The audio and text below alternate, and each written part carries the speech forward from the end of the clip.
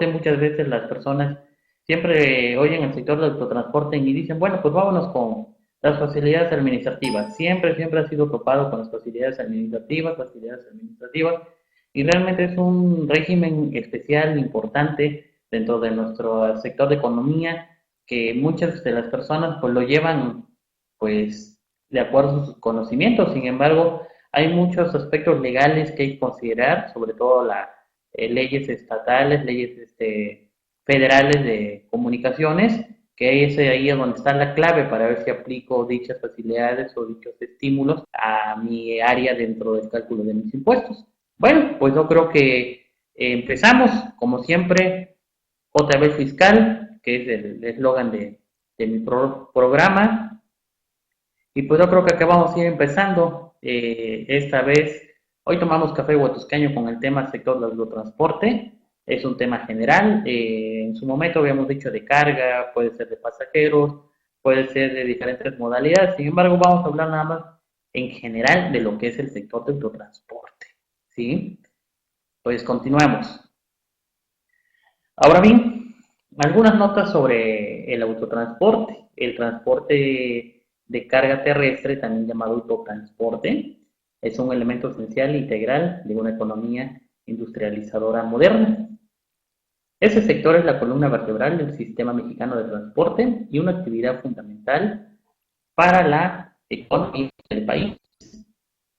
Al movilizar más del 53% del total de la carga transportada en territorio nacional. ¿Qué quiere decir? Entonces el otro 47% pues lo dividimos en lo que es el transporte aéreo, marítimo y ferrocarril, en determinado caso que ya en México pues está desapareciendo.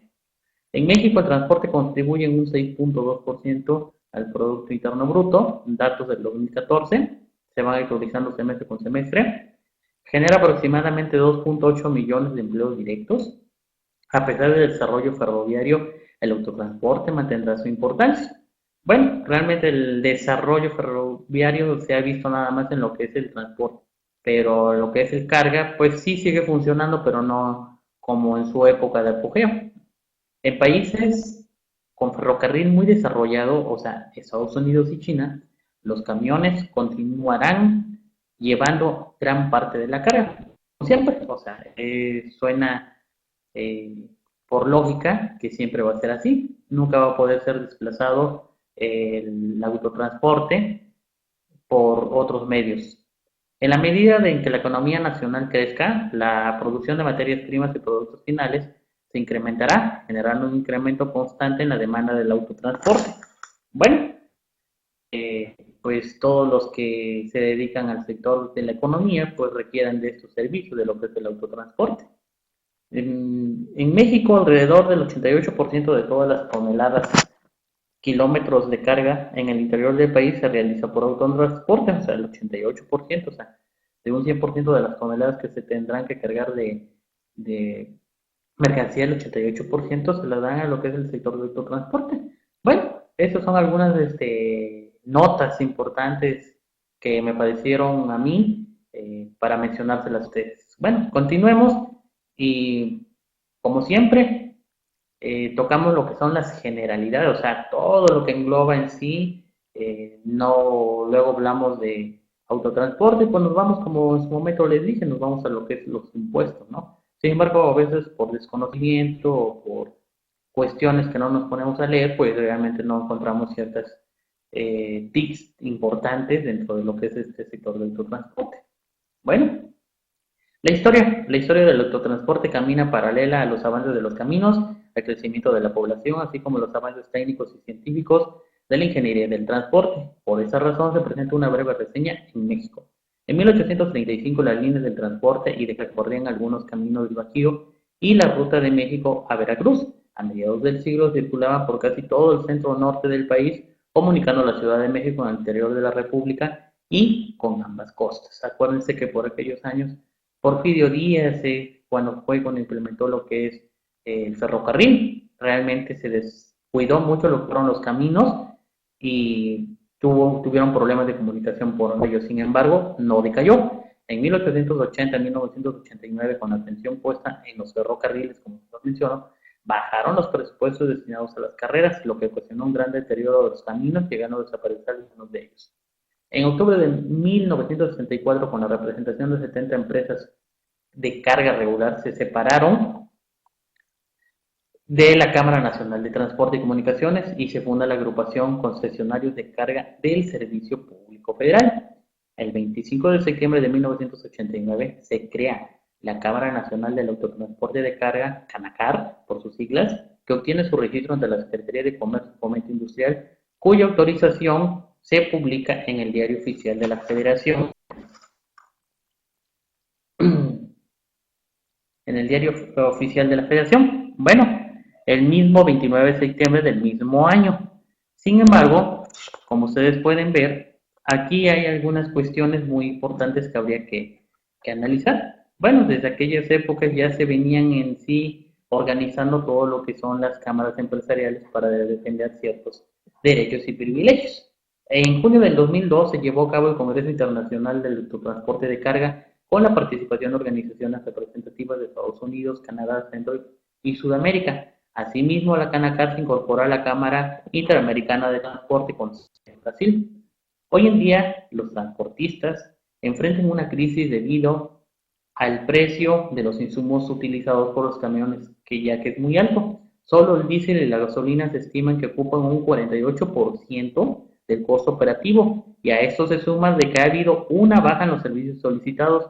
Por tal situación, varias empresas de autotransporte tienen para sus unidades. Es muy importante mencionar acá lo que es el diésel y la gasolina. El 48%, como lo pueden ver, es en sí el costo de lo que es el funcionamiento de este sector del autotransporte. Por eso muchos organismos gremiales, como los que les pongo abajo, la Asociación Nacional de Transporte Privado, las Asociaciones Nacionales de Productos de Autobuses, Camiones y Tractocamiones, la Cámara Nacional de la Industria de la Transformación, la Cámara Nacional de Autotransporte de Carga, la Cámara Nacional de Pasaje y Turismo y la Confederación de Cámaras Industriales de Estados Unidos Mexicanos. Todos ellos pues realmente fueron creados para defender ciertos derechos y privilegios, como yo lo estoy mencionando desde el inicio. Es importante mencionar también aquí, a través de estos organismos gremiales, tienen ciertas facilidades, tienen ciertos convenios con autoridades que, por ejemplo, les daría un ejemplo, como es en el caso del IMSS, lo que es la CANACAR, la Cámara Nacional de Transporte y Autotransporte de Carga, tiene convenios con el IMSS en las modalidades de tributación para pagar lo que es la seguridad social. Ahí ellos prácticamente firman un acuerdo en el cual van a pagar un sueldo fijo derivado de el acuerdo dicho entre ambas cámaras y lo que es el IMSS. Muchas personas no saben de ese convenio, sin embargo vas a la CANACAR y en la CANACAR te dan dicha información siempre y cuando tú pertenezcas al gremio y siempre y cuando tú lo solicites que te asesoren sobre ello. Sin embargo, estamos nosotros los contadores que conocemos de ello, pero requisito fundamental, pertenecer a la CANACAR. Muchos me dicen, ¿es obligatorio? Bueno, no es obligatorio, simplemente te puedes afiliar para que obtengas ciertos derechos y privilegios. Ya en cuanto a las obligaciones, bueno, las obligaciones son pocas realmente, que son meramente económicas. Y a través, a veces, de solicitudes que ellos hacen para presionar de una manera social hacia lo que es el gobierno federal, pues lo hacen, pero de cierta manera tienen privilegios que en el caso que les pongo de lo que es el IMSS. Bueno, entonces, ¿qué pasa? Bueno, como todo esto ya hablamos de lo que es la historia, ya hablamos de lo que en sí, lo que es el autotransporte, sus estadísticas que venimos mencionando. Bueno, para esto hay un marco jurídico fiscal del autotransporte. ¿Por qué es un marco jurídico? Porque está sujeto y está establecido dentro de lo que son las leyes respectivas. Empecemos. Dice, partiendo de que nuestro sistema jurídico, veamos las características que tienen las normas jurídicas que regulan las actividades del autotransporte de carga en México. Una de las leyes principales acá es la Ley de Caminos y Puentes de Autotransporte Federal. ¿Por qué? Porque es la regulación de la vía general de la Comunidad y Puentes y en términos generales sobre la operación del modo del transporte que en ella transita, es decir, sobre los servicios de autotransporte público federal y sus servicios auxiliares establecidos al efecto en sus posiciones. Bueno, acá ya estamos hablando ya no me está mencionando, dice, el autotransporte público federal y sus servicios auxiliares. Bueno, vamos a ir viendo todas esas cuestiones. El artículo 1 me dice, la presente ley tiene por objeto regular la construcción, operación, explotación, conservación y mantenimiento de los caminos y puentes a que se refieren las fracciones 1 y 4 del artículo siguiente, los cuales constituyen vías generales de comunicación, así como los servicios del autotransporte federal que en ellos operan sus servicios auxiliares y el tránsito en dichas vías. Acá, como lo ven en el artículo de la Ley de Caminos y Puentes y Autotransporte Federal, ya me está mencionando que la que va a regular en sí el servicio de autotransporte federal, por este lado, va a ser dicha ley, en dicho artículo, primer artículo. Ahora bien, dice, artículo 2, para los efectos de esta ley se entenderá por caminos o carreteras los que entronquen con algún camino del país extranjero, los que comuniquen con dos o más estados de la federación, los que comuniquen con, en su totalidad o en su mayor parte, sean construidos por la federación con fondos federales o mediante concesión federal por particulares estados y municipios. ¿Por qué es importante mencionar lo que me dice acá artículo 2? Bueno, porque mi autotransporte en sí va a transitar sobre carreteras, sobre ejes prácticamente, y él me da la definición de lo que es un camino, lo que es una carretera. Bueno, si tú vas en un estado, de un estado a otro, pues prácticamente te va a aplicar dicha ley de caminos y puentes de autotransporte federal, porque es una ley federal, me está mencionando ahí, ¿sí? Bueno, el artículo quinto, que yo creo que es uno de los más importantes, me dice, es de jurisdicción federal todo lo relacionado con los caminos, puentes y así como el tránsito y los servicios de autotransporte federal que en ellos operen y sus servicios auxiliares. Bueno, ¿qué me dice? Se necesita permiso otorgado por la Secretaría para, óiganlo bien, permiso, permisionarios, concesionarios, bueno, acá el autotransporte de carga federal o el autotransporte federal, llamémoslo de pasajeros de turismo particular, yo necesito un permiso, o sea, ¿dónde? O sea, que yo si salgo con mi coche de mi casa a otro estado voy a necesitar un permiso. Bueno, el artículo 8 me lo está mencionando, me dice en sí y me clasifica ahí para qué. Dice, se requiere permiso otorgado por la Secretaría para la operación y la explotación de los servicios de autotransporte federal de carga, pasaje y turismo. Bueno, ahí está. O sea, el autotransporte federal voy a necesitar un permiso otorgado por la Secretaría que me dará en sí bajo ciertos requisitos que deberé de cumplir. Bueno, también la instalación de terminales interiores de carga y unidades de verificación. ¿Qué son las instalaciones de terminales interiores de carga? Bueno, los que se dedican al sector del autotransporte de pasajeros, pues en sí tendrán que tener una terminal para que ahí reciban y bajen sus personas que carguen ellos mismos dentro de dichas unidades. Pero entonces, si yo tengo una terminal de autobuses en la cual yo estoy asociado bajo una sociedad, voy a necesitar un permiso, tengo que solicitar un permiso para realizar dicha terminal. Sí, el artículo 8 te lo dice. Dice, los servicios de arrastre y salvamento y depósito de vehículos. ¿Qué quiere decir? Son más que nada lo que son las grúas. Todas las grúas, los que se dedican a llevar los vehículos cuando sufren una avería dentro de una carretera federal o estatal, van a necesitar también un permiso, ¿sí? Son permisionarios, no es una concesión. Dice, y los servicios de paquetería y mensajería, o sea, si yo me dedico a lo que es la mensajería y paquetería, entonces también voy a requerir un permiso otorgado por dicha secretaría. Ya lo que es la construcción, operación y explotación de terminales de pasajeros, la construcción de accesos, cruzamientos e instalaciones marginales, así como el establecimiento de paradores salvos cuando se tratan de carreteras concesionarias, prácticamente son otros artículos, otros conceptos que también me mencionan si me dedico a dichas cuestiones, pero sin embargo acá lo importante es el inciso 1, 2, 3 y 4, que son lo que es el autotransporte. Ahora bien, algo por ahí me dice, hay un artículo, bueno, entonces si yo soy mi vehículo y me dedico pues, a andar dentro de lo que son las carreteras a nivel nacional, pues la misma Constitución me dice, ¿sabes qué? Tú tu derecho es el libre tránsito, o sea que yo no tengo que estarle pidiendo permiso a nadie.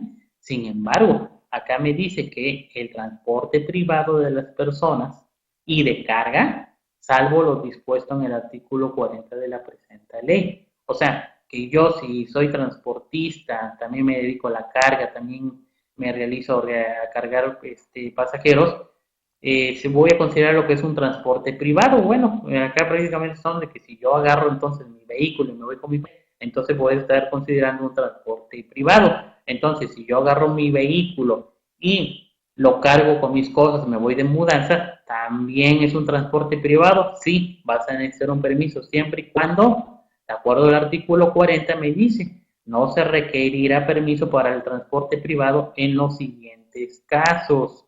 Ojo, vehículo de menos de 9 pasajeros. O sea que mi cochecito, mi bochito, ¿cuántos cabemos? Cabemos 4 o 5 cuando mucho. O sea, entonces yo no necesito ningún permiso otorgado por dicha secretaría. Vehículo de menos de 4 toneladas de carga útil, tratándose de personas morales en vehículos de hasta 8 toneladas de carga útil. O sea que si yo me dedico a lo que son las mudanzas, lo que son los fletes de manera local o foránea, prácticamente yo no necesito un permiso otorgado por dicha secretaría.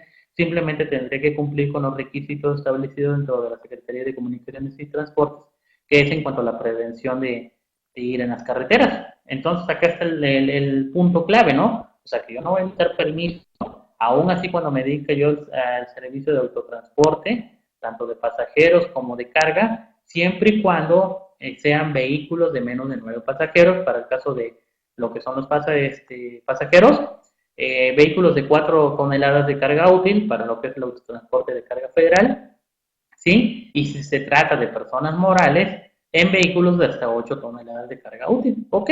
Lo anterior sin perjuicio de que para el transporte de materiales, residuos, remanentes y desechos peligrosos se cumplan las condiciones legales aplicables. Entonces, ya estamos viendo que la misma Secretaría en dichos artículos me está mencionando para qué se requiere permiso y en cuáles me va a acentuar en los cuales yo no tengo que solicitar dicho permiso para que me dedique lo que es el autotransporte. Bueno, ahora bien, dice, el permisionario para trasladar bienes o personas de un lugar a otro, aquí surge el nombre de permisionario, dice, el artículo 9 me lo dice, los permisionarios a que se refiere esta ley se otorgarán a mexicanos o sociedades constituidas conforme a las leyes mexicanas en los términos que establezcan los reglamentos respectivos. Entonces, ¿qué quiere decir?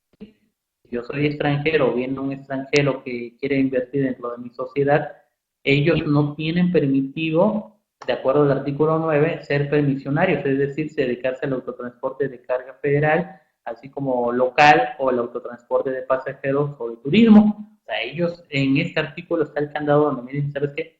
Ellos no tienen derecho, porque el mismo artículo 9 me lo está mencionando. Ahora, ¿cuántos de tenemos? Según el artículo 33, ¿por qué es importante esto? Porque acá vamos a mencionar, acá nace el efecto de que si dentro de lo que es mi taxi de manera local, el taxista ruletero, lo que es la combi, que en determinadas poblaciones, ciudades, se encuentran, les va a aplicar también lo que son las facilidades administrativas, les van a aplicar los estímulos fiscales.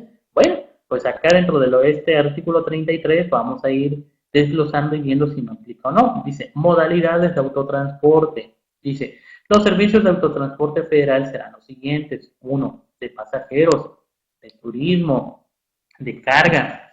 ¿Sí? Si se está mencionando que ya me están dando lo que son el autotransporte, están diciendo que son 3 tipos de servicios, de pasajeros, de turismo y de carga. Bueno, ¿cuándo será de turismo? Cuando realmente me dedique a llevar a gente dentro de dichas rutas sin necesidad de tener una concesión para realizar dicho traslado de personas.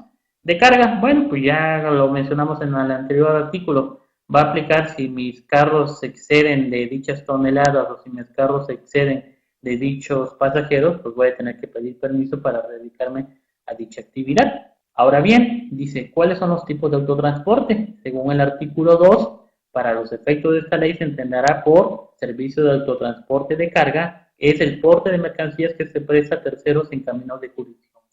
Servicio de autotransporte de pasajeros, el que se presta en forma regular sujeto a horarios y frecuencias para la salida y llegada de los vehículos. El servicio de autotransporte de turismo es el que se presta en forma no regular destinada al traslado de personas con fines recreativos, culturales y de esparcimientos a sus con interés. Servicios auxiliares, los que sin formar parte del autotransporte federal de pasajeros turismo carga, complementan su operación o explotación. Ojo, señores, servicios auxiliares, ¿quiénes creen que están ahí? Los del régimen de coordinados, ahí están los servicios auxiliares. Entonces, servicio de autotransporte de carga, servicio de autotransporte de pasajeros, servicio de autotransporte de turismo. Bueno, pues bien lo saben, en el 2014 cayeron dentro de lo que es el título de personas morales o como personas físicas dentro de lo que son las actividades empresariales o, ojo, por ahí, dentro del régimen de incorporación fiscal. Sin embargo, ¿cuáles son las diferencias? Acuérdense que el autotransporte hasta el 2013 venía calculando conforme al flujo de efectivo. ¿Qué quiere decir? Ingresos efectivamente cobrados y erogaciones efectivamente pagadas. Sobre ello se calculaba lo que era la utilidad y se aplicaban las tablas del artículo 103 en su momento. En el 2014 me dicen, ¿sabes qué? Autotransporte, no, te vas al título 2, vas a calcular como persona moral, ir calculando conforme al flujo de caja, métete en un coordinado. En el coordinado ellos siguen todavía bajo ese flujo de caja, realizándolo de manera normal, pero de ahí en fuera, otros que realizan conforme al flujo de caja su cálculo de impuestos son las personas físicas del autotransporte federal, tanto de pasajeros, de turismo o de mercancía, y, ojo, como se los dije en su momento, del RIF. Por ahí hay muchos que se me están yendo por el RIF, por ahí hay muchos que están vendiendo planeaciones sobre el RIF, sobre este autotransporte. Habría que ver, pero sí es importante porque el RIF sí me abre las puertas para que yo como autotransportista pueda pertenecer ahí. Sin embargo, viendo acá, servicios auxiliares son en sí los que pertenecen o forman parte de un coordinado. Servicios de paquetería y mensajería, que es el porte de paquetes debidamente envueltos o rotulados o con embalaje que a terceros en camino de jurisdicción federal. Y el transporte privado es el que efectúan las personas físicas o morales respecto de bienes propios o conexos de sus respectivas actividades, así como de personas vinculadas con los mismos fines, sin que por ello se genere un cobro, señores. O sea, entonces yo agarro mi cochecito, me llevo la gente, pues no les voy a cobrar, pero pues, a lo mejor les cobro para la gasolina, para la secretaría acá, a lo mejor y no se da cuenta, si se diera cuenta ya no entraría dentro de lo que es el transporte privado, me iría con la de la arriba, Servicio de Autotransporte Federal, pero pues son cuestiones, ¿no? Pero acá me da la pauta, ¿no? Transporte privado es el que efectúan las personas físicas o morales respecto de bienes propios o conexos en sus respectivas actividades, sin que por ello se genere un cobro. Bueno, entonces, ¿qué más tenemos por acá? Esa es la ley de manera federal. Sin embargo, acuérdense que tanto como hay leyes federales, también hay leyes estatales. Entonces, ¿qué pasa para mí? Que yo estoy acá en el estado de Veracruz. ¿Cómo se regirá lo que es el autotransporte? Bueno, veamos. Acá en el estado de Veracruz existe la Ley de Tránsito y Transporte para el estado de Veracruz de Ignacio de la Llave, así se llama. Recordemos que para la federación en sí se llama Ley de Caminos y Puentes y Autotransporte Federal. Aquí para el estado de Veracruz se llama Ley de Tránsito y Transporte para el estado de Veracruz de Ignacio de la Llave. Dice, artículo 1, la presente ley es de orden público, observancia general e interés social y tiene por objeto regular el por las vías públicas y áreas o zonas privadas con acceso al público, comprendidas dentro del Estado que no sean de competencia federal. Oigan, competencia federal, el transporte de personas y bienes, el estacionamiento de vehículos y servicios auxiliares del transporte y el tránsito. O sea que acá me dice, ¿sabes qué? Siempre y cuando competencia federal. Bueno, pues vamos a ver entonces cuáles van a entrar acá en el estado de Veracruz. Dice, el transporte en el estado de Veracruz, según el artículo 111, capítulo 1, dice que es de pasajeros y de carga y podrá ser de servicio público o particular. Dice, el transporte de pasajeros es aquel que tiene por objeto el traslado seguro, cómodo, eficiente y oportuno de personas y del equipaje que lleven consigo. El transporte de carga es el que tiene por el objeto el traslado y entrega de bienes muebles en vehículos propios que así lo garanticen. Bueno, entonces acá ya me está diciendo cuáles son los, en sí, lo que es el transporte dentro del estado de Veracruz. Dice, en materia de transporte corresponde exclusivamente a las autoridades estatales la aplicación de esta ley y su reglamento, así como el otorgamiento de sus respectivos concesiones, permisos o autorizaciones. Acá ya me está hablando de concesiones, allá de lo que era de manera federal, de lo que es el autotransporte de carga, de pasajeros y todas esas cuestiones, pues en sí lo único que necesitaba era un permiso. Sin embargo, había algunas cuestiones en las que sí aplicaban las concesiones. Acá sí es muy importante recalcar dentro de lo que es el Estado, porque dichas concesiones, adivinen a quiénes van. Pues sí, van a lo que es el taxista ruletero. Acá en el estado de Veracruz tenemos una sobrepoblación de taxis que si nos venimos aquí a mi municipio, lo que es en el municipio de Huatusco de las Altas Montañas, hace 4 años teníamos un aproximado de 180 taxis, ahorita son 390 taxis. ¿Qué quiere decir? Me los dobletearon, empezaron a placas al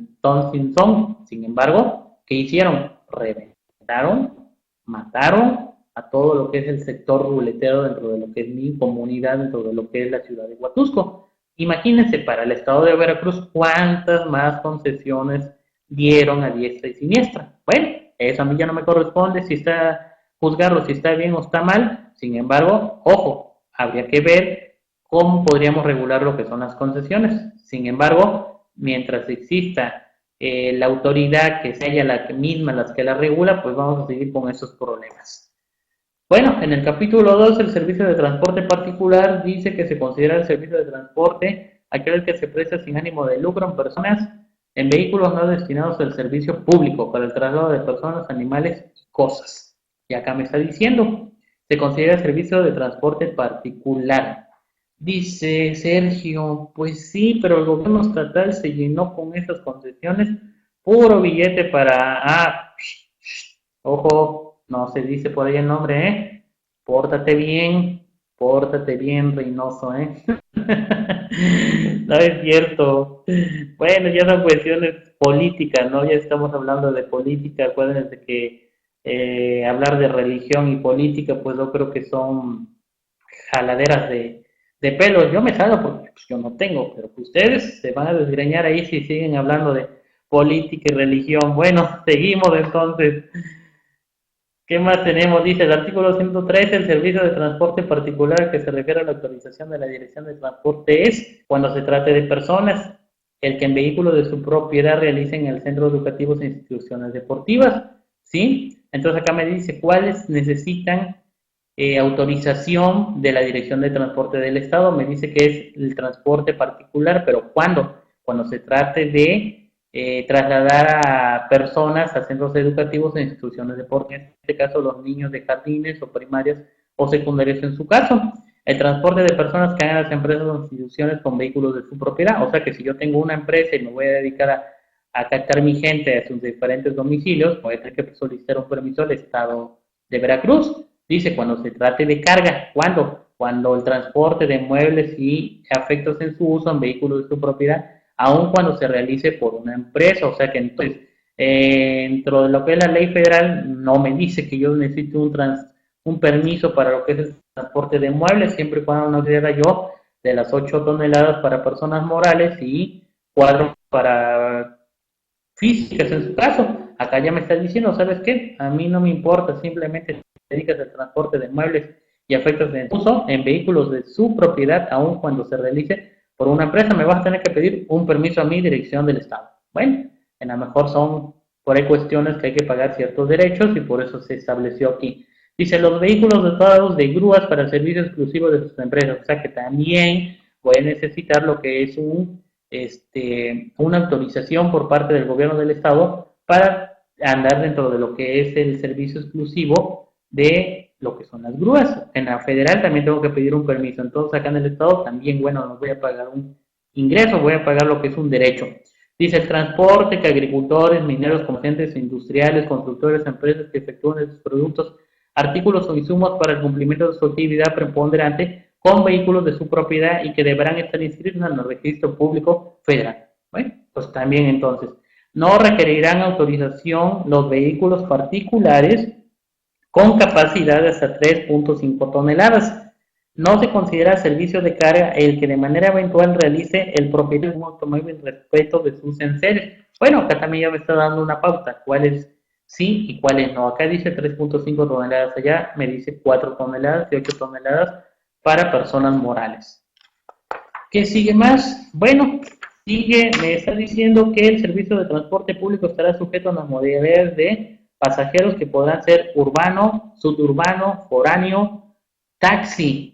Acá vamos a hacer un énfasis, taxi. Aquel que se presta un automóvil en una localidad específica y municipio determinado en forma exclusiva a un solo interés jurídico, económico y con un solo destino. Sí, la está grabando Angie de Querétaro, claro. Otra modalidad de pasajeros que también me maneja acá la ley de tránsito del estado, me dice que el exclusivo de turismo, recreativo, escolar para personas de empresas, esto donde me está haciendo la diferencia, bueno, autotransporte de pasajeros y autotransporte de carga. En este artículo, que es el artículo 118, me lo está diciendo, pero lo más importante es el taxi, porque el taxi es el que está azotando realmente lo que es el sector de esta economía. El autotransporte entre ellos mismos están quitando lo que son las ganancias por el despilfarro que están haciendo en cuanto a las concesiones que se están dando a diestra y siniestra, como en su momento lo habíamos dicho. Bueno, pues seguimos realmente ahí. ¿Qué podemos hacer? Simplemente son cuestiones públicas, política pública que sí está siendo aplicada en ciertos sectores para ciertos beneficios, ya sean personales, sean colectivos. Bueno, ya no me corresponde analizarlo. En su caso de que me lo pidieran, pues lo realizaría. Sin embargo, acá me está haciendo la diferencia de autotransporteros y el transporte de carga que me dice. Es aquel en general que se otorga en una localidad específica de un municipio determinado para trasladar todo tipo de objetos, con excepción de las que correspondan a los servicios de medios y especialización. Bueno, materialista, dice, es aquel que se otorga en una localidad específica de un municipio determinado para el traslado exclusivo de materiales para construcción. Aquí ya me está haciendo una separación de lo que son los diferentes modalidades de carga de pasajeros y en este momento estamos viendo lo que son de cargas. El especializado es el que se otorga una localidad específica de un municipio determinado y que se prestan unidades dotadas de grúa para el arrastre y rescate de vehículos accidentados.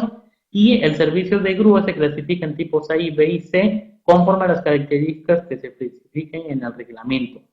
Y también cuáles son los de carga rural mixto, carga pasaje. Aquel que se otorga a uno municipios determinados exclusivamente en zonas rurales, caminos vecinales, terracerías y brechas con una ruta fija. Entonces, ¿qué quiere decir? Dentro de lo que es el autotransporte, en la anterior lámina me estaba diciendo cuáles son los pasajes. Me está diciendo que es urbano, suburbano, foráneo, taxi. ¿Sí? Dice foráneo, aquel que se presta de una ruta de un municipio a otro. Bueno, acá me están diciendo hasta cierto punto cuáles son. Dice Sergio, dice, si Uber existiera en Veracruz, ¿cómo se catalogaría? Bueno, desconozco qué sea Uber, pero si me puedes ilustrar, Sergio, te lo agradecería. ¿Sí? Entonces, continuemos. ¿Qué más tenemos por acá? Bueno, también otra de las leyes que debemos de ver dentro de lo que son el autotransporte, ya terminamos con lo que son las leyes federales, lo que son las leyes estatales. Ahora vamos nosotros con otra ley que regula lo que son las actividades del transporte. En este caso es el Código de Comercio. ¿Por qué? Porque son actividades mercantiles. Dice, regula el contrato mercantil de transporte terrestre que se verifica en cada servicio prestado por los permisionarios del autotransporte federal cuando acuerden con sus clientes las condiciones en las que se llevará a cabo el transporte de bienes. De forma general, en dicho ordenamiento se tratan los siguientes aspectos. El artículo 75, fracción 8, me dice que la ley reputa actos de comercio a aquellas empresas de transporte de personas o cosas por tierra o por agua y las empresas de turismo. Entonces, el Código de Comercio también me regula lo que son las actividades del autotransporte. Ahora bien, inversión extranjera, ¿por qué también me regula lo que es el autotransporte?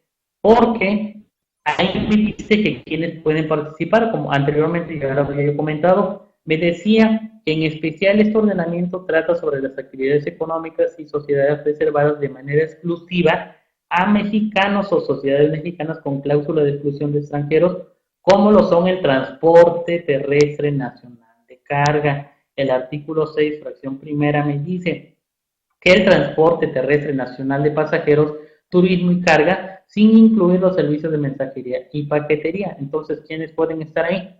Nada más van a poder estar los mexicanos, o sea, los extranjeros no. Por ahí se ha oído y por ahí se está viendo que ya abriendo la pauta para que la inversión extranjera tenga injerencia y pueda invertir dentro de este sector.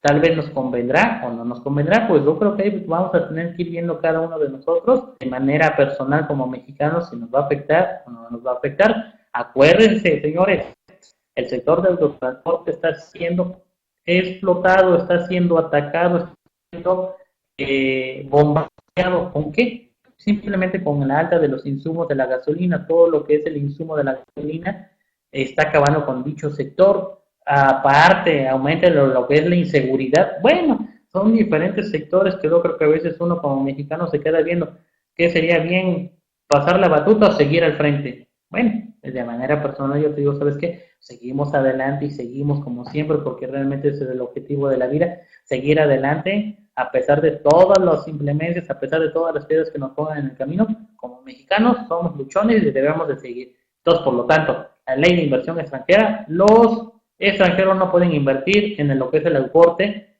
federal en las diferentes modalidades. Ahora, también es importante analizar lo que es la Ley Federal del Trabajo. ¿Por qué? Porque el trabajo, en dicha ley, también me regula las particularidades importantes a considerar.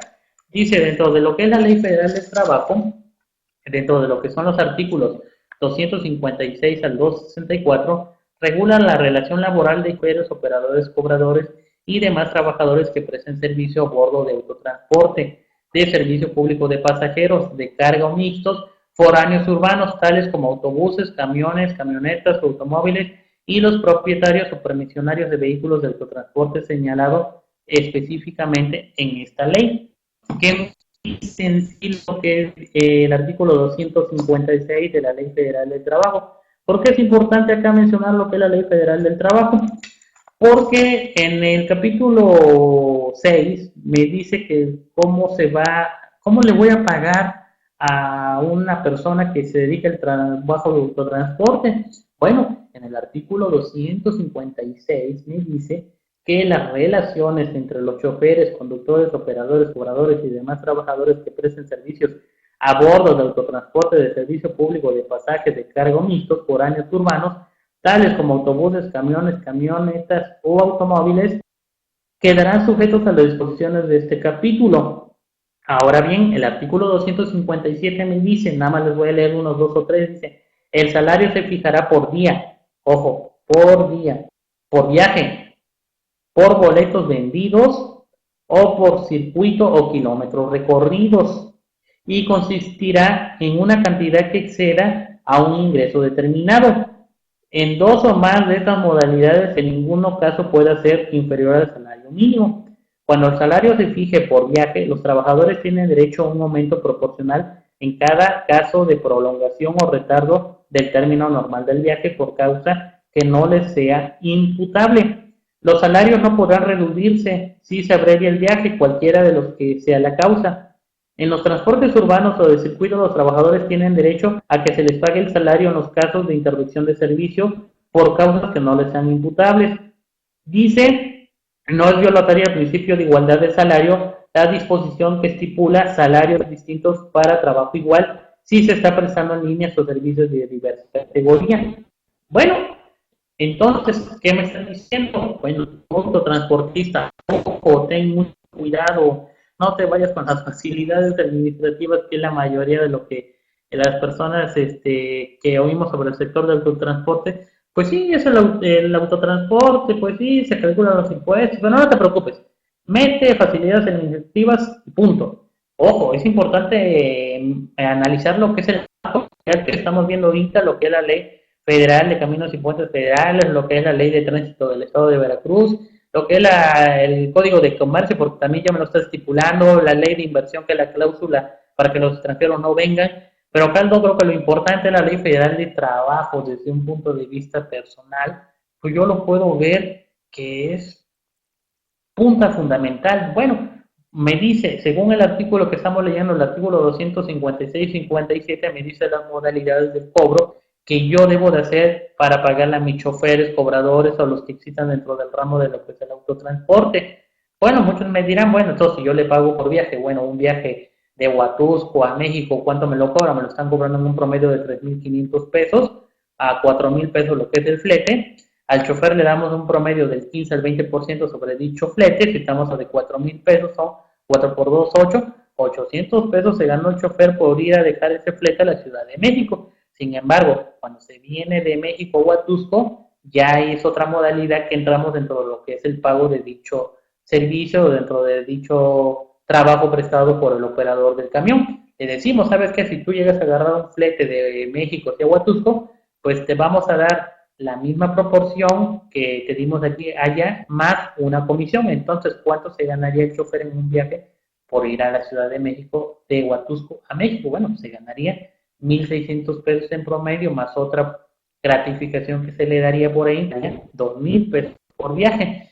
Bueno, entonces me van a decir, entonces entran los salarios variables, ¿qué vamos a hacer? Bueno, pues acuérdense que en su inicio yo les dije que era importante afiliarse o era una recomendación afiliarse a lo que era la Canacar en el caso de lo que es el transporte federal, porque ellos tienen convenios firmados con el INSS para pagar las cuotas obrero patronales bajo ciertas cuotas que ya tienen establecidas. En este caso, lo que es el autotransporte de carga federal, hasta donde yo me quedé, son 4 salarios mínimos los que hay que pagar por cada trabajador, tengan salarios fijos, tengan salarios variables, como me lo dice en este artículo. Sin embargo, lo que es la ley federal, manejarla, o sea, es la parte fundamental.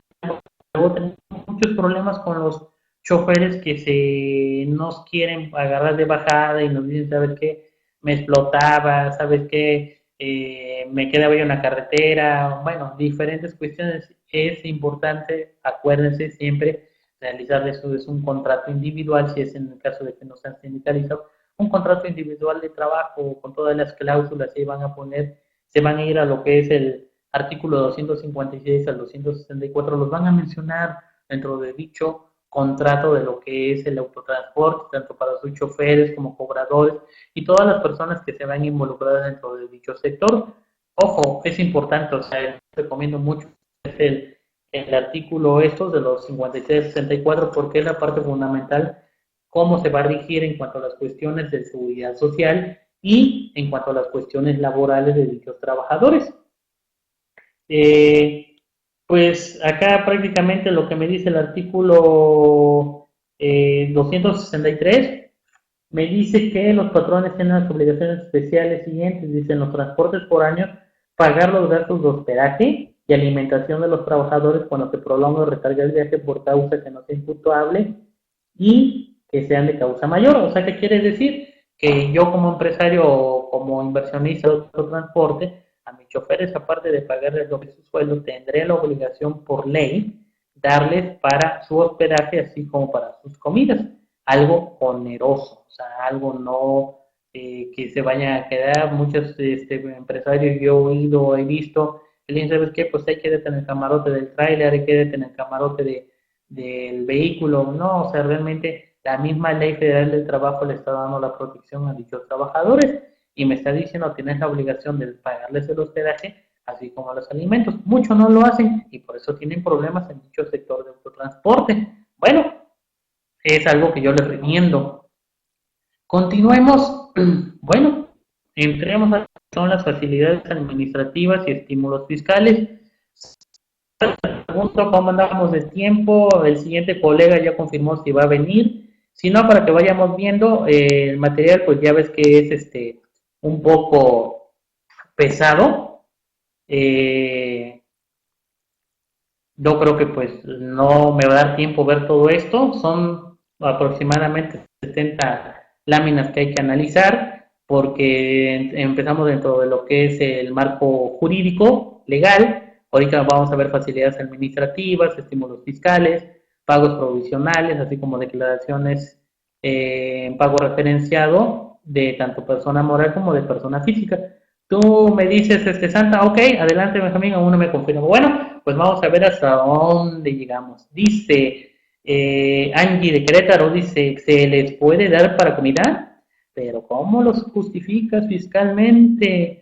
Ay, qué bonito, mira, mira, ya vamos entrando a lo que es dicho tema, facilidades administrativas y estímulos fiscales, ¿sí? Bueno, entonces, ¿qué sigue? Dice, facilidades administrativas para este sector, ¿sí? O sea, bueno, pues ya estuvimos hablando en el marco legal, ya hasta me puse más brilloso, nos ponemos los lentes y seguimos. Todo el mundo habla del sector de autotransporte y siempre facilidades administrativas, facilidades administrativas, facilidades administrativas. ¿Pero por qué? Porque acá, como me decía Angie, dice, ¿las comidas qué va a pasar con las comidas? Bueno, pues por eso están las facilidades administrativas, los estímulos fiscales. Bueno, acá me dice que las facilidades administrativas para ese sector son para el sector primario, el sector de autotransporte terrestre de carga federal, el sector de autotransporte terrestre foráneo de pasaje y turismo, así como el autotransporte terrestre de carga de materiales y el autotransporte terrestre de pasajeros urbano y suburbano. Ah, las mordidas y las talachas y la cuota, acuérdate por ahí que hay que pagar. Por ahí nadie sabe, ¿eh? Eso es otro rollo, pero déjame decirte que hemos descubierto que muchos choferes por ahí nos quieren agarrar de bajada y nos meten, ¿sabes qué? La mordida del tránsito, las talachas, que la comidita, que para el refresco, que la cuota que hay que dar para la entrada, porque por allá está pesada la cosa. Muchos nos quieren agarrar de bajada, ¿eh? Muchos nos han querido agarrar de bajada y créeme que a veces como ser humano pues es confiar en la gente, ¿no? O sea, realmente darles la confianza. Sabes que yo te estoy dando trabajo para que puedas sustentar a tu familia y tú con tu trabajo me vas a generar un ingreso del cual yo voy a obtener una pequeña y ambos vamos a repartir dicho ingreso, tú con tu salario y mi pequeña utilidad y vamos a dar marcha adelante de lo que son las actividades de este país. Pero bueno, mucho nos queda de bajadas con esto. Bueno, pues entonces, ¿qué podemos hacer? En muchas empresas lo que se ha implementado son candados, ¿sabes qué? Todo lo que son carga de gasolina, las cuotas viajes, todas esas cuestiones, inclusive se les damos unas tarjetas de débito, todo con tarjeta de débito para que no nos agarren de bajada. Y sabes que te doy 100, 200, 300, 400 pesos en efectivo, que es lo máximo que te voy a poder dar en cada viaje, pero sí es importante ver esa cuestión, ¿no? Dice, contador, ¿nos compartirías el material? Claro que ahí en la aula Nafinet, acá con Santa les enviamos el material. Posteriormente pueden analizar lo que es los videos, o sea, los videos están ahí en la página de Nafinet en YouTube. Pueden seguirlos viendo ahí, sin embargo, pues que el material yo se los envío, lo envía a lo que es Nafinet y Nafinet se encargará de distribuirlo posteriormente. Bueno, entonces, vamos con lo que son las para ese sector. ¿A quiénes le van a ser aplicadas esas facilidades administrativas?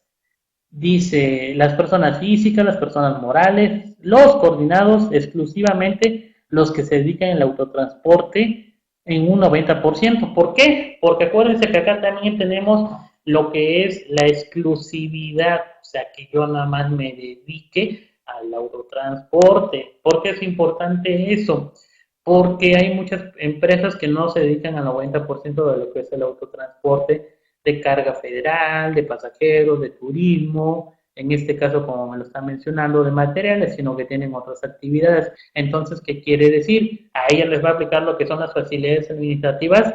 Sí, siempre y cuando te dediques en un 90% a lo que es exclusivamente el autotransporte. Si no, no vas a tener derecho a aplicar dichas facilidades administrativas. ¿Y qué otra cuestión va a ser importante ver? Lo que son las leyes federales que acabamos de analizar y las leyes estatales. Ahí está la clave. Ahí me dice autotransportistas, cuáles son los federales, cuáles son los estatales.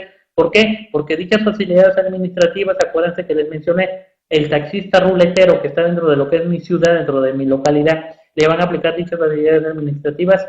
No, porque me está rigiendo la ley de caminos y puentes federales, me está diciendo que el autotransporte terrestre de carga federal es tal y tal y tal, y en el artículo 2 me está diciendo cuáles son las carreteras y este medios de conexión en los cuales va a transitar. Esa es la clave. El artículo 2 de dicha ley me va a mencionar si me aplica o no me aplica dicha facilidad administrativa. Entonces, ¿qué quiere decir con los taxistas ruleteros? Bueno, no te van a aplicar las facilidades administrativas. ¿Y para qué? Si todavía no ni las necesitas y más si perteneces al RIF. ¿Para qué vas a necesitar las facilidades administrativas? Dime, pues, realmente no. Entonces, ¿para quién sí vamos a necesitar? Para las que dicen en este caso, Angie, Ramón, que vamos a ver qué podemos hacer por ahí.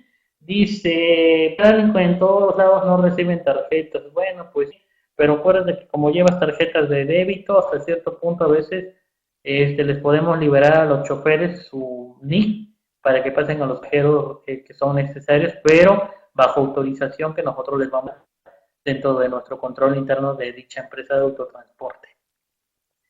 Con eso solucionamos esa cuestión. Bueno, dice, una de las facilidades administrativas me están diciendo que es bajo los sueldos y salarios, que no estamos obligados a llevar nómina y tenemos que hacer una retención sobre de ello. Dice, solo es aplicable siempre que no exista preponderación de servicios o en partes relacionadas, salvo entre coordinados, o sea que solamente me va a aplicar a mí de manera directa. Siempre y cuando tengan convenio con el INSS, dice, y aplicación del 7.5 sobre el pago de salarios a operadores macheteros y maniobristas. O sea que estos salarios que yo le pago a mis macheteros, maniobristas y operadores, siempre y cuando yo tengo un convenio firmado con el INSS, van a ser deducibles dichos sueldos y salarios. Pero ¿por qué es importante dicha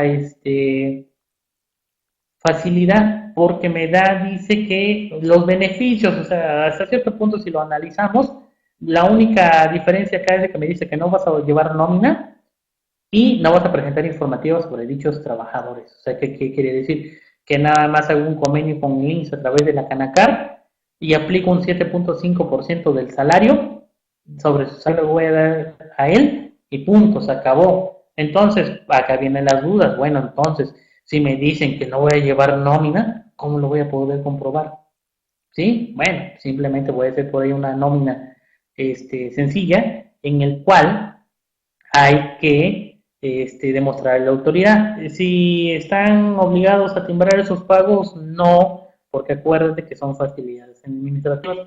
A veces son gastos de los cuales son que se realizan por diversos pagos que no cumplen con todas las disposiciones fiscales, legales en su momento.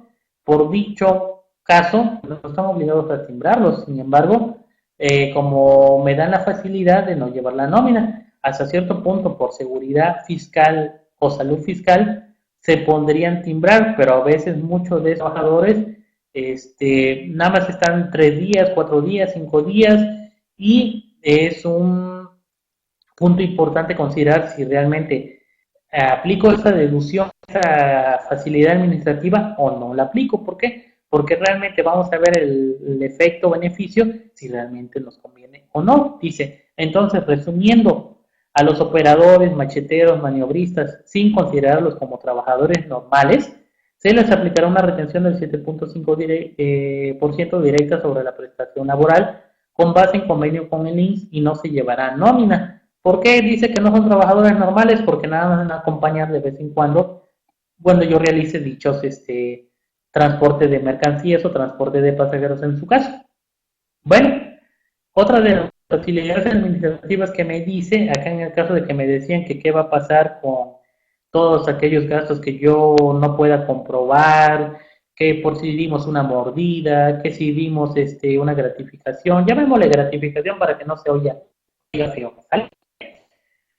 que yo voy a poder deducir cuando el gasto haya sido efectivamente realizado, que se haya registrado en contabilidad y voy a tener que pagar un 16% sobre dicho facilidad administrativa.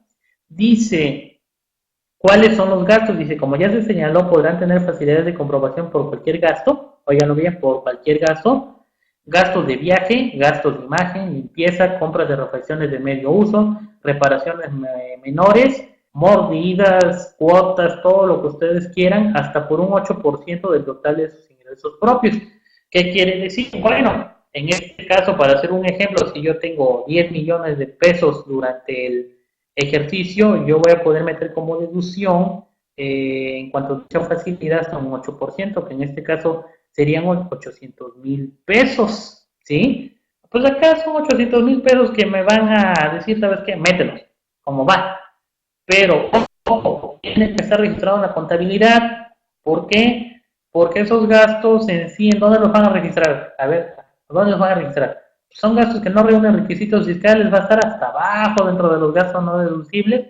Ahí vamos a tener cuentas, subcuentas a donde diga gastos de viaje, gastos de imagen, limpieza, mordidas, como ustedes quieran catalogarlo dentro de su catálogo de cuentas, pero sí tiene que aparecer efectivamente cobrados. Muchos me decían, bueno, a ver, contador, ¿qué va a pasar entonces si yo, por ejemplo, tengo 5,000 pesos de gastos que no reunieron requisitos fiscales y quiero cogerme a esa facilidad administrativa? Pues dicha facilidad no me limita, me dice, ¿sabes qué? Es el 8% de ingresos sin documentación que reúna requisitos fiscales, siempre y cuando el gasto lo hayas efectuado y siempre y cuando haya quedado dentro de la contabilidad. ¿Sí? Dice 8% de los ingresos, ¿sí? Que sin documentación que reúna requisitos fiscales. Entonces, ¿qué pasó? Bueno, ahí me está ya diciendo, ¿sabes qué va a ser? Hasta el 8%.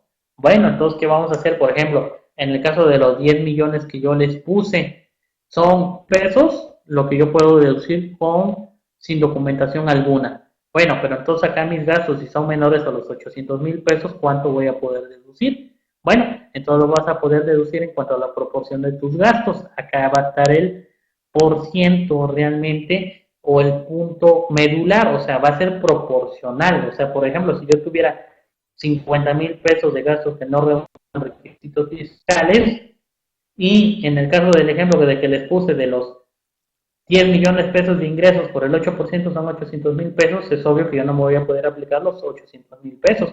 Van a estar limitados a los 50,000 pesos de gastos que no reunieron requisitos fiscales. Entonces, 5 por 8, 40, entonces estamos hablando de 4,000 pesos dentro de lo que son los gastos que no reúnen requisitos fiscales. Dice el 8% del acumulado del mes que se declare. Sí, es correcto. Dentro del mes lo podrá dentro de lo que es el año, siempre y cuando estén registrados. Sin embargo, me podrá regalar el material. Sí, luego les pasamos el número de cuenta santa, ¿verdad? No es cierto, ¿cómo creen? Ahí luego vemos cómo se los hacemos llegar. Bueno, entonces, otra facilidad que tienen es el consumo de combustible. Dice que es hasta el 15% total de los pagos efectuados por consumo de combustible para realizar su actividad consistente en efectuar dichos pagos por medios distintos a cheque nominativo del contribuyente, tarjeta de débito o servicios o monederos electrónicos. ¿Qué quiere decir?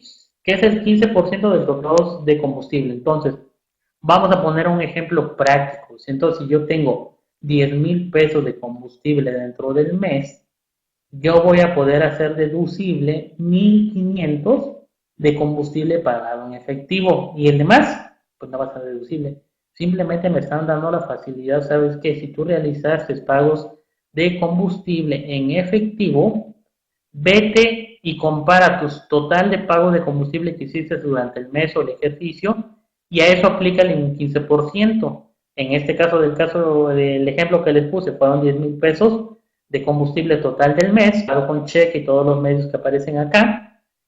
Y en el caso de que fueron 10,000, entonces voy a poder deducir de gasolina en efectivo 1,500 de la gasolina que yo haya hecho en efectivo. ¿Por qué hay mucha gasolina en efectivo? Porque como les digo, el sector del autotransporte, como lo decían en su momento acá los compañeros, luego no hay terminales, o sea, no hay medios o accesos en donde me reciban la tarjeta de débito, que es un candado que yo puse dentro de la empresa para que no me lleven al baile. Pero en este caso yo a veces sí me voy a ver en la necesidad de pagar el combustible en efectivo. Bueno, me está dando esta facilidad de deducir un 15% de mi combustible en efectivo en comparación con el total de mi combustible pagado con cheque nominativo o tarjeta de débito, de crédito o monederos electrónicos.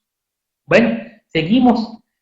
Esas son unas facilidades administrativas que yo le di, por ejemplo, que era el 8% sobre los ingresos totales, la facilidad de los combustibles, lo que son la nómina, pero también tenemos estímulos fiscales, dice el acreditamiento de pago de cuotas, viaje en un 50%, dice, se otorga un estímulo fiscal a los contribuyentes que se dedican exclusivamente al transporte terrestre público y privado cargo pasaje que utilicen la Red Nacional de Autopistas de cuota, consistente en permitir un acreditamiento de los gastos realizados en el pago de servicios del uso de infraestructura carretera de cuotas hasta en un 50% del gasto total erogado por este concepto.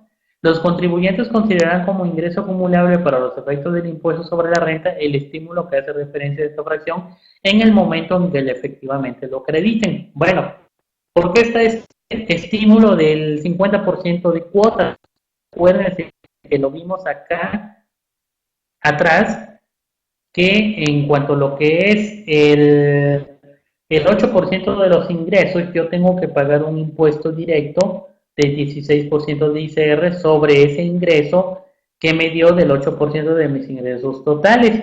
Por eso se los puse aquí, dice sujeto a aplicación del estímulo por el uso de la Red Nacional de Autopistas de cuota. Entonces, ¿qué quiere decir? Como les ponía yo el ejemplo de los 800,000 pesos, yo tenía que pagar un 16%. En este caso son 800,000 pesos por el punto 16. Yo tenía que pagar por meter esa facilidad administrativa 128,000 pesos de ICR. O sea, me está dando la facilidad y me estás cobrando. Dice, ojo, espérate, todavía no acabo. Por ahí voy a sacar un slot en donde ese 16% no lo vas a pagar. Bueno, entonces si nos vamos a lo que es el estímulo, me dice que el estímulo es el 50% de las cuotas pagadas dentro de la Red Nacional de Autopistas. Bueno, muchos me dicen que el chofer me trajo los boletitos, pero pues los boletitos no reúnen requisitos fiscales. Esos entrarían dentro de dicha facilidad del 8%, gastos que no reúnen requisitos fiscales. Acá deben de ser todos los que aparezcan dentro del estado de cuenta que te da la Red Nacional de Autopistas de cuota. El trámite es un poco engorroso, sin embargo, sí se puede realizar y ya nada más pasan con su tarjeta llave automáticamente y eso se va a ir registrando dentro de lo que es su estado de cuenta. Bueno, lo que pagues a través de ese estado de cuenta de las tarjetas llave que vas a ir pasando con tu autotransporte, tus vehículos, vas a ver cuánto tuviste de gastos por cuotas viaje. Dice, entonces, si yo tuve de cuotas viaje durante el mes que estamos poniendo, durante el ejercicio que estamos poniendo de este caso, de 800,000 pesos de deducción por facilidad administrativa del 8%, yo voy a ver cuánto tuvo de cuotas viaje. En este caso de cuotas viaje, póngale que hayamos tenido, ¿qué les gusta? 500,000 pesos de cuotas viajes al año por autotransportes. Bueno, el 50% son 250,000 pesos. El 16% de esos 800,000 pesos que iba yo a pagar de ICR son 128,000 pesos de ICR. Entonces, la mitad de los 500,000 pesos de mis cuotas viajes son 250,000 pesos. Entonces, ¿qué quiere decir? Me voy a ahorrar 128 porque voy a aplicar este beneficio de acreditamiento de mis cuotas viajes de los 250,000 pesos en el caso que estamos manejando. Entonces, ¿cuánto voy a acumular? Porque acá me está diciendo que voy a acumular. Sí, voy a acumular los 128,000 pesos de ICR que me ahorré por haber acreditado la facilidad del 8%. Es por eso que ese estímulo fiscal es importante. De esa manera se interpreta. Ahora me dice Angie, bueno, vamos a decir que no reúne requisitos fiscales, pero sí se tienen que pedir cuando menos lleve datos del contribuyente o no. No, por requisitos, ¿cuáles son los que no reúnen requisitos fiscales? Bueno, y gastos no deducibles, pues son todos aquellos que, por ejemplo, las notas de venta que te daban los repecos antes, pues eran notas simplificadas, no reunían requisitos fiscales. Lo que son los boletitos que te dan en las cuotas peajes también se pueden considerar que es una nota de venta sencilla que te da la Red Nacional de Autopistas.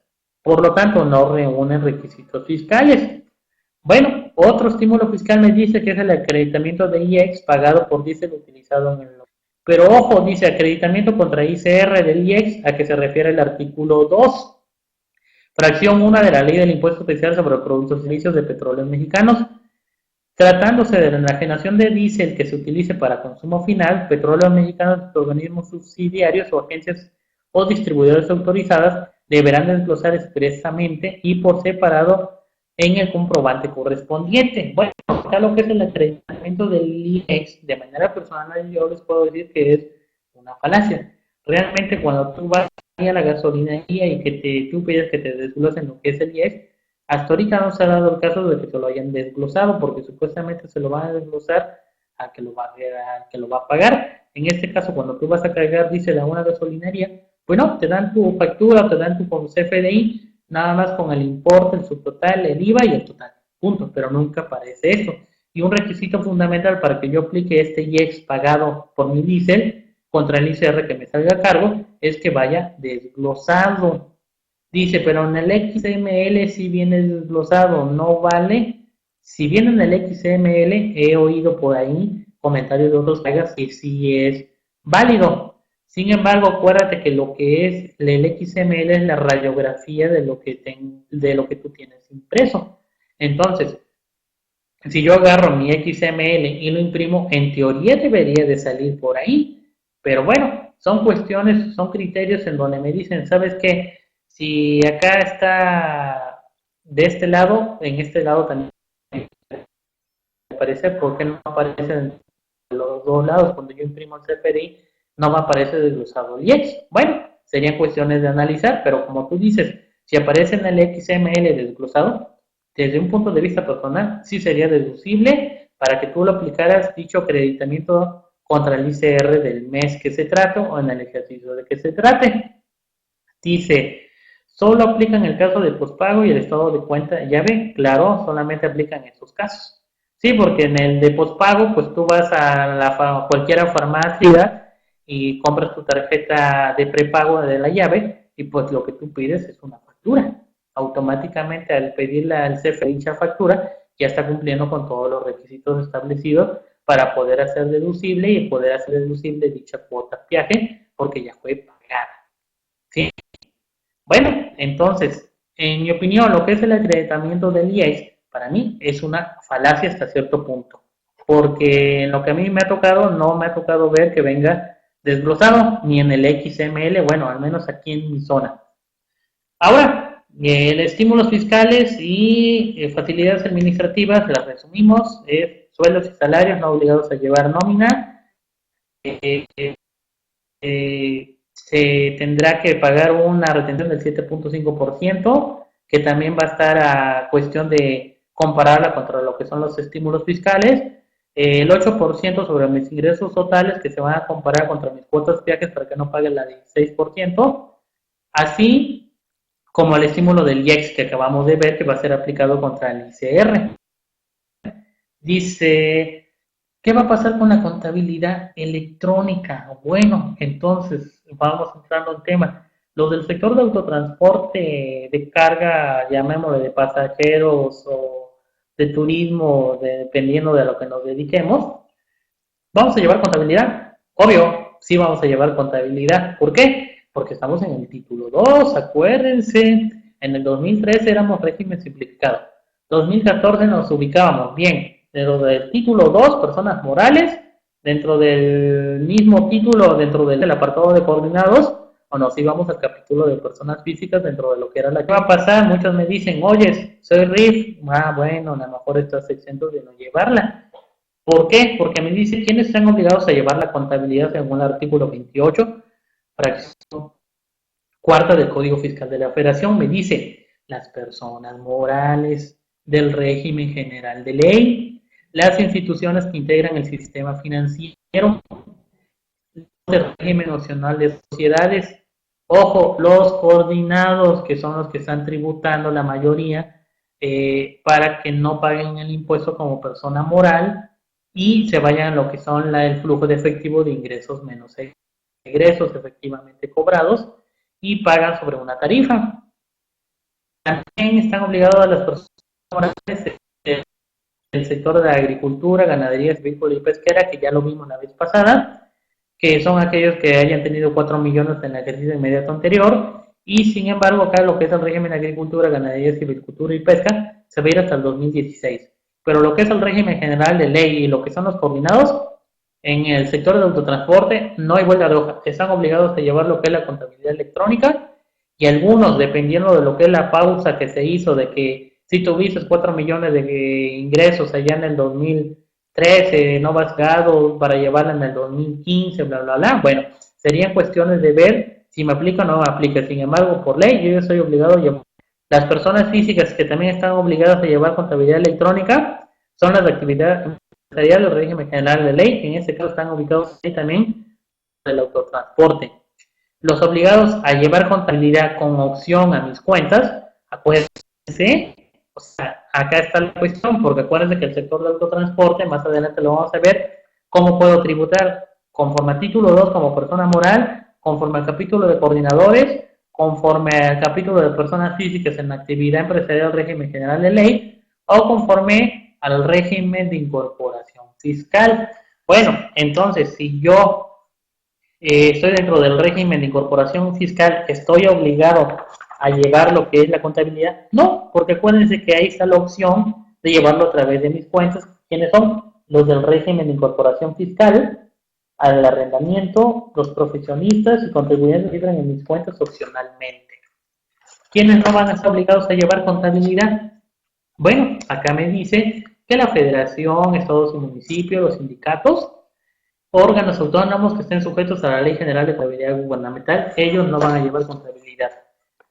No obligados a enviar la contabilidad. Bueno, pues otra cuestión, son todos aquellos que realizan sus operaciones a través de mis cuentas. ¿Quiénes son? Los del régimen de incorporación fiscal, el arrendamiento, los profesionistas y los contribuyentes que se registren en mis cuentas opcionalmente. Entonces, si hacemos un resumen, los del sector del autotransporte ya están obligados a llevar lo que es su contabilidad electrónica. En el 2013 tuvieron que haber revisado su balanza, tuvieron que haber sacado su coeficiente de utilidad, es decir, tuvieron que haber calculado su utilidad fiscal del ejercicio, tuvieron que haber hecho un ajuste anual por inflación que ya les aplicó. En este caso, ¿por qué? Porque a partir de 2014 ya tributaban dentro del título 2 de personas morales. ¿Qué quiere decir? Que iban a calcular sus impuestos de sus ingresos realizados conforme al título de las personas morales y les iban a aplicar un coeficiente de utilidad. Por ende, entonces, las personas morales, personas físicas, están obligados a llevar, como lo podemos ver acá, todo lo que es el sector del autotransporte, con excepción del autotransporte que pertenezcan al régimen de incorporación fiscal, no están obligados a llevar la contabilidad. Bueno, pues seguimos entonces con lo que son los pagos provisionales del autotransporte. Yo creo que ya es la parte final de lo que, cómo vamos a calcular lo que es el autotransporte de carga en las diferentes modalidades.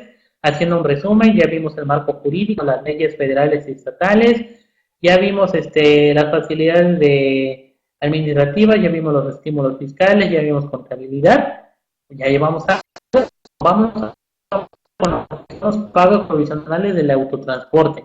Bueno, como ya lo veníamos mencionando desde hace rato, dice, acá es un poco de historia, dice, entonces, las personas morales dedicadas al autotransporte terrestre de carga o de pasajeros y que hasta el 31 de diciembre del 2013 estaban en el régimen simplificado y que no forman parte de un coordinado, háganlo bien, que no forman parte de un coordinado, ¿sí? En 2014 lo harán en el régimen general de ICR, por lo que no todas las personas dedicadas a dichas actividades podrán hacerlo en el régimen fiscal de los coordinados. Es importante considerar lo anterior para que de tal manera no caer en imprecisiones y que esté incumpliendo con las obligaciones. ¿Por qué muchas personas se les hizo complicado, al menos acá en mi localidad? Acá en mi localidad conocemos los que son los coordinados. Realmente nadie lleva ningún coordinado. Todos los autotransportistas están tributando conforme al título 2, personas morales, o conforme a la actividad empresarial y profesional de las personas físicas. Pero acá dentro de lo que es la ciudad de Huatusco no hay ningún coordinado ni los conocemos. Tal vez ustedes por allá, porque son ciudades más grandes, en la mejor y sí conocen lo que es el movimiento de lo que es un coordinado. Acá no, acá simplemente lo conocemos escrito, lo visualizamos, lo analizamos, lo estudiamos, pero en sí llevarlo a la práctica de todo lo que es mi localidad no lo llevamos. Pero bueno, seguimos entonces. Entonces, ¿cómo quedó el régimen para el 2014-2015? ¿Sí? Dice, para 2013 estábamos dentro de lo que era el régimen simplificado, que era el autotransporte terrestre de pasajeros, las empresas integradoras, los coordinadores y el sector primario. Para el 2014-2015 cambió la ley. ¿Por qué? Porque ahí ya en sí lo que es el autotransporte terrestre de carga de pasajeros desapareció y pasaron a lo que es el régimen general de la ley del impuesto sobre la renta. Así como las empresas integradoras también pasaron a lo que es el régimen general de la ley del impuesto sobre la renta. Y sobre todo lo que son los coordinados, se creó un régimen especial de los coordinados. Así como el sector primario, acuérdense que también desapareció y se creó un nuevo sector, que es el régimen de actividades agrícolas, ganaderas, silvícolas y pesqueras, cuya característica esencial que están en el título 2, todas me están mencionando al de las personas físicas que pueden realizar dicho cálculo de impuestos como persona física. Esa es la gran diferencia, pero si se dan dando el 2013 con el 2014-15, pues lo que es el régimen, ¡pum!, desapareció. 2015-14, ¿qué hay? Régimen general de ley, título 2, y personas físicas, actividad empresarial y profesional. Régimen fiscal de los coordinados, que también les digo que también es importante porque ahí se centró la mayor parte del autotransporte, y lo que es el régimen de incorporación fiscal. Ojo con el régimen de incorporación fiscal para autotransportistas. Bueno, entonces, el régimen simplificado, ¿cómo calculaban? Acuérdense que el régimen simplificado calculaba conforme a las entradas y salidas, es decir, mediante un flujo de efectivo. ¿Cuál fue el impacto fiscal que tuvimos en el 2014-2015? Tuvimos que ellos se fueron, como lo vengo mencionando y repitiendo, al régimen general, que es el título 2 de las personas morales, y al régimen de los coordinados, el título 2, capítulo 7. Pero también ahí, ¿por qué no mencionan lo que son las personas? ¿Por qué? Porque ellas siguen calculando conforme al régimen simplificado de diferente nombre, pero ellos siguen calculando conforme a un flujo de efectivo. O sea, ellos no se mencionaron en sí, en teoría, no tuvieron un impacto fiscal. Tuvieron un impacto fiscal todas aquellas personas morales que se dedicaban al autotransporte de carga federal, así como de pasajeros, turismo y de las diferentes índoles de ello, pero las personas físicas siguen calculando por flujo de efectivo. O sea, ellos no hubo hasta cierto punto cierto impacto, solamente las personas morales. En este caso, entonces, bueno, entonces vamos a ver qué dice acá Angie. Dice, pues sí, pero régimen simplificado pagaban conforme a flujo, ¿correcto? Ahora, los que pasaron a régimen general les afecta por pagar factura emitida. Efectivamente, así se está calculando Angie en la actualidad. Realmente yo estoy pagando conforme a mis facturas realizadas. ¿Por qué? Porque ya estoy dentro del título 2. Ahora bien, ejemplo, persona moral dedicada a la prestación de servicios de fletes no puede tributar en el régimen fiscal de los coordinados, ya que no se ubica en los supuestos anteriores, ya que al llevar a cabo directamente su objeto social consiste en la prestación de servicios de transporte de bienes, por la que ahora en el régimen general de la ley del impuesto sobre la renta, sin embargo, sí podrá tributar con base en un esquema de flujo de efectivo bajo las consideraciones siguientes. ¿Por qué me están diciendo eso de que bajo las consideraciones siguientes? Porque acuérdense, yo en el 2013, si era una persona moral con mucha manifestaciones que hicieron a través de las cámaras gremiales de que por qué a mí me ibas a dejar indefenso y iba yo a tener un impacto fiscal. Bueno, lo que pasa que allá en el 2013, para el 2014, salió lo que son las facilidades administrativas y lo que es la resolución miscelánea. Ahí me decía que yo tenía que mandar un aviso. El dicho aviso ya en el 2014 me decía lo siguiente, dice, para los efectos de la regla 1.3.84, último párrafo, dice, esa regla, me están hablando de lo que era el autotransporte, dice, los contribuyentes deberán de presentar a más tardar el 31 de julio del 2014 en el caso de declaración que alude a la dicha regla. Asimismo, los contribuyentes la opción de referencia y que no hubieran presentado sus declaraciones en pagos provisionales conforme al régimen de los coordinados, deberán presentar declaraciones complementarias para corregir las mismas a más tardar el 31 de julio del 2014.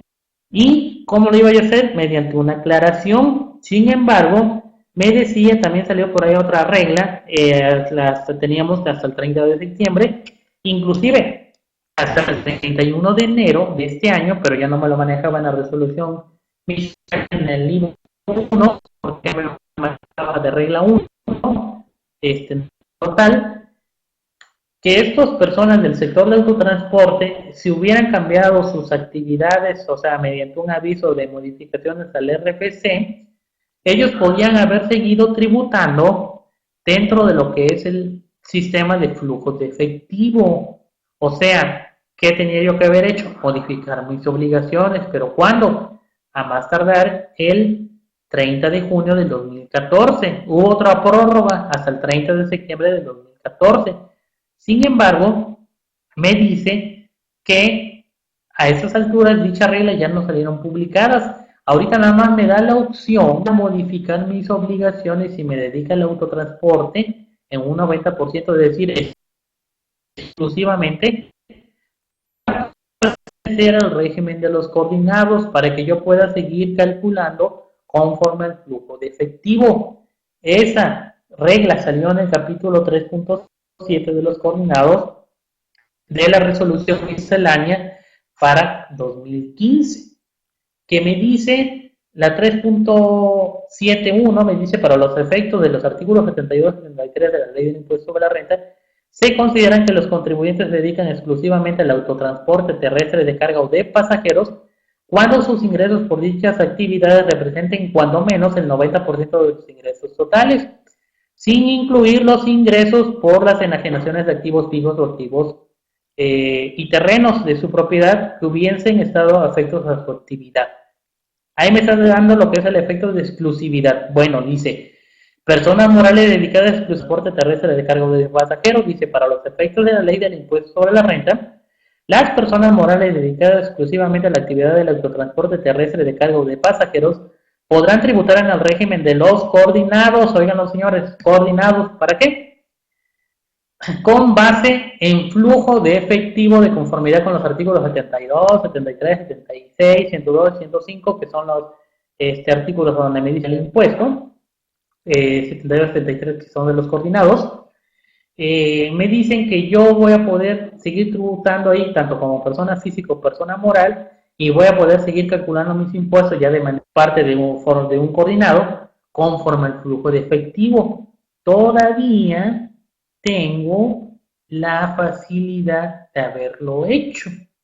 Pero acá me dice cuándo se publicó la ley salió en diciembre, dice, primera resolución publicada el 3 de marzo del 2015. O sea, ¿qué quiere decir? Que fue el 31 de marzo para poderme cambiar al régimen de coordinados. Por acá me dice Angie, dice, o solamente simplemente haciendo el cambio de actividades. Sí, vas a hacer el cambio de actividades, vas a seguir dedicando al autotransporte, pero ya ahora como integrante de un coordinado, y ya vas a tener la opción de calcular tú de manera individual o de manera conjunta con el coordinado, para que no te vayas al título 2. Todavía te dan la opción o te dieron la opción hasta el 31 de marzo de cambiarte, o sea, meter un aviso de modificación de obligaciones para pertenecer al régimen de los coordinados y seguir calculando conforme al flujo de efectivo. Pero, Angie, ¿qué pasó acá? O sea, ¿qué te puedo decir? Mira, no creo que hay muchas personas físicas, digo, morales sobre todo, que a final de cuentas no declararon todos sus ingresos. O sea, ellos realmente nada más hicieron doble boleto, artimañas, y calcularon un coeficiente de utilidad muy pequeño, o sea, pequeño, pequeño, pequeño, pequeño, que realmente la autoridad no les va a creer, pero pues no tienen elementos eficientes para poderlo fiscalizar. Sus cuentas fiscales pues realmente depositaron lo mínimo, facturaron lo mínimo realmente, o sea que ellos por ahí buscaron una estrategia ilegal, sin embargo están tributando en el título 2 con un coeficiente de utilidad muy bajo. Bueno, en el caso de lo que la mayoría de los del autotransporte publicaron, ellos enviaron su declaración anual con un coeficiente de utilidad muy alto. Sin embargo, tuvieron la opción de haber pedido la disminución de pagos provisionales. ¿Cómo la pudieron haber pedido? Pues acuérdate que está dentro de las leyes que tú puedes solicitarlos. Sin embargo, ¿cómo te pudiste haber dado cuenta si tu utilidad ya iba disminuyendo y que tu coeficiente de utilidad iba a disminuir al final del ejercicio? Pues acuérdate, ahorita con lo que es la contabilidad electrónica, tú ya llevas todo el día. Tú ya vas haciendo tus flujos de efectivo, tú ya realmente sabes cuál es tu utilidad real. Por ello, pudo haber sido una opción también pedir una reducción del coeficiente de utilidad para lo que son los pagos provisionales que se vienen haciendo de manera mensual. Sin embargo, son dos opciones: una disminución del coeficiente de utilidad para pagos provisionales, o dos, tuviste el 31 de marzo para entrar dentro de lo que es el régimen de los coordinados como integrante o de manera individual, pero formar parte de un coordinado y podías tributar conforme al flujo de caja. ¿Por qué? Porque acá me dice que tuve que haber hecho una modificación de mis obligaciones, pero ojo, acuérdate, está la exclusividad del 90%. ¿Y hasta cuándo tuviste? Acuérdate que fue una actualización el 1 de marzo del 2015, 3 de marzo del 2015 fue la primera resolución de modificaciones actualizada. Entonces yo tuve hasta el 31 de marzo para poder haber enviado el aumento o disminución de obligaciones. Pero bueno, ya se nos pasó. Yo creo que ahorita la única estrategia que queda para el sector del autotransporte es pedir una reducción del coeficiente de utilidad. ¿Qué regla es? Acá está la regla, Mari, es la 3.71 del Resolución 2015 en el capítulo de los coordinados, ahí me dice eso. Y las reglas anteriores que les dije que eran para cambiarlos del 2014, pues salieron en el libro 1, 3.84 del 2014, pero pues ya estamos en el 2015, ya menos nos vamos para el 2016. Ahorita vamos a ver lo actual no creo que fue esta regla, pero estuvo vigente hasta marzo, en mi opinión. Tal vez podrían pedir un aumento y disminución de obligaciones, podrían pedir una en el portal del SAT, y si les autorizarían, a lo mejor y podrían seguir tributando conforme al flujo de efectivo. Sería cuestión de pedir la aclaración o pedir una opinión. Bueno, entonces, por lo antes expuesto, para el 2015, esas personas, a pesar de que tributen en el título 2 de la ley del impuesto sobre la renta, podrán aplicar las facilidades administrativas siempre que realicen exclusivamente dichas actividades. A partir de la entrada en vigor de la presente ley, que fue allá en 2014, las personas físicas o personas morales integrantes de las personas morales mencionadas, o sea, coordinados, deberán cumplir individualmente las obligaciones establecidas en esta ley en los términos del título que le corresponda. Entonces, ahí está la clave de lo que les decía. Podríamos tener un aviso de aumento o disminución de obligaciones. Continuemos entonces. Bueno, el régimen del sector de autotransporte, ¿cómo puede tributar? Dice, formas de tributar de los autotransportistas, todo razón de negocio de alguna de estas. Conforme vamos viendo, bueno, personas morales de manera independiente, conforme al título 2 de dicho capítulo. Como personas morales, como ser una persona moral, como un integrante, pero de un coordinado. Personas morales en copropiedad, que es parecido a lo que son las independientes, Personas morales, sociedades cooperativas, que es en un régimen especial también, pero también puede ser ahí lo que es el autotransporte. Las personas físicas integrantes de personas morales como integrantes de coordinados, que estamos hablando, ya lo vimos, y personas físicas de manera independiente, como actividad empresarial y profesional y régimen de incorporación fiscal. ¿Qué hicieron muchos autotransportistas que tenían en promedio 1 millón a 3 millones de pesos anuales? Tenían sus empresas constituidas como personas morales. Lo que hicieron fue liquidarlas. Ellos visualizaron financieramente que les salía más barato liquidarlas. Tuvieron problemas para lo que es el cambio de las concesiones, porque muchos se dedicaban a lo que era el autotransporte de pasajeros. ¿Y qué creen? Pues sí, se fueron al régimen de incorporación fiscal. Están tributando dentro de lo que es el régimen de incorporación fiscal con la mano en la cintura, no tienen ningún problema, no tienen que estar viendo de que si me aplica, no me aplica, que un coeficiente de utilidad conforme al flujo de efectivo. Ellos se fueron al régimen de incorporación fiscal.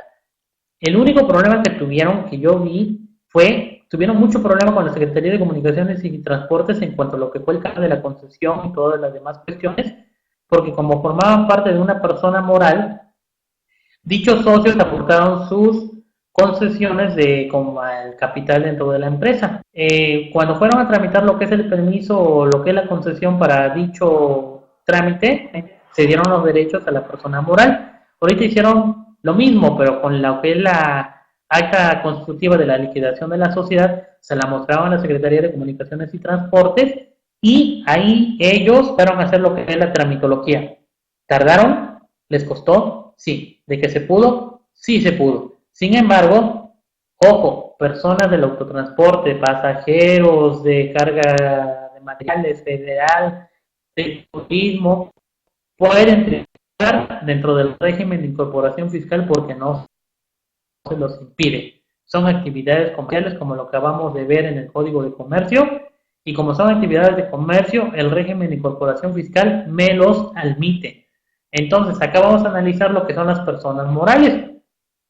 Las personas morales de manera independiente calcularán sus impuestos como autotransportistas. ¿Cómo? A los ingresos acumulables de las personas morales conforme al título 2, en el artículo 16 me dice que acumularán la totalidad de los ingresos en efectivo, efectivamente cobrado, depositado, servicio, cuando realice lo que es el servicio, que no me lo hayan pagado, crédito, ahí que les acabo de decir, y cualquier otro tipo. Acá fue el parteaguas, acá fue el coco de todos los autotransportistas, porque me decían, oye, contador, ya emití el CFDI, ¿qué va a pasar? Fue un CFDI de 500,000 pesos, 1 millón de pesos, y yo voy a pagar sobre eso. Si todavía ni tengo dinero, ¿qué se cree la autoridad? Bueno, es el modo de estar tributando porque tú ya eres una persona moral, pero es que a mí no me importa porque yo no tengo dinero, ¿cómo voy a pagar? Bueno, vamos a ver otras estrategias para que se realicen. Pero hoy empezamos con los problemas. ¿Qué me dijo? Búscame otro régimen, me doy de baja y punto. Buscamos diferentes alternativas y como se lo mencioné anteriormente, pues hay diferentes maneras de tributar, como moral, como sociedad cooperativa, como integrante de un coordinado, para que yo pague conforme al flujo de efectivo, es decir, sobre utilidad real, o como persona física. La persona física no tiene problemas. ¿Por qué? Porque ellos trabajan conforme al flujo de efectivo o como RIF. Bueno, esas fueron las alternativas que nosotros en su momento les dimos. Ahora bien, ¿qué otros ingresos acumularán? La recuperación de créditos incobrables, la ganancia en venta de activos fijos, la graduación por cuenta de terceros, el ajuste anual por inflación, préstamos y aportaciones superiores a 600,000 pesos siempre y cuando tú no mandes el aviso. ¿Qué pasa acá? Hay algo importante, dice ganancia en venta de activo fijo. Bueno, lo que son los activos fijos acá prácticamente me está diciendo cuando tú lo vendas. Pero acuérdense que también hay otro estímulo que se me pasó ponerlos, pero me acuerdo ahorita de él, que es el estímulo de descharratarización. O sea, cuando tú vendes tu chatarra, se la das a uno que venda en ajena de vehículos nuevos, tú le das tu chatarra y ellos te van a dar, bien, hay dos opciones, hay dos estímulos. Uno, te van a dar el importe de acuerdo o convenido con la Secretaría de Comunicaciones y Transportes, Y dos, la misma ley del impuesto sobre la renta, dentro de dichos estímulos fiscales, me dice que me dará un importe por la enajenación del activo fijo. O sea, ¿qué quiere decir? Que si yo tengo que pagar un ICR por ese activo fijo que yo hice, en este caso es la ganancia de venta en activos fijos,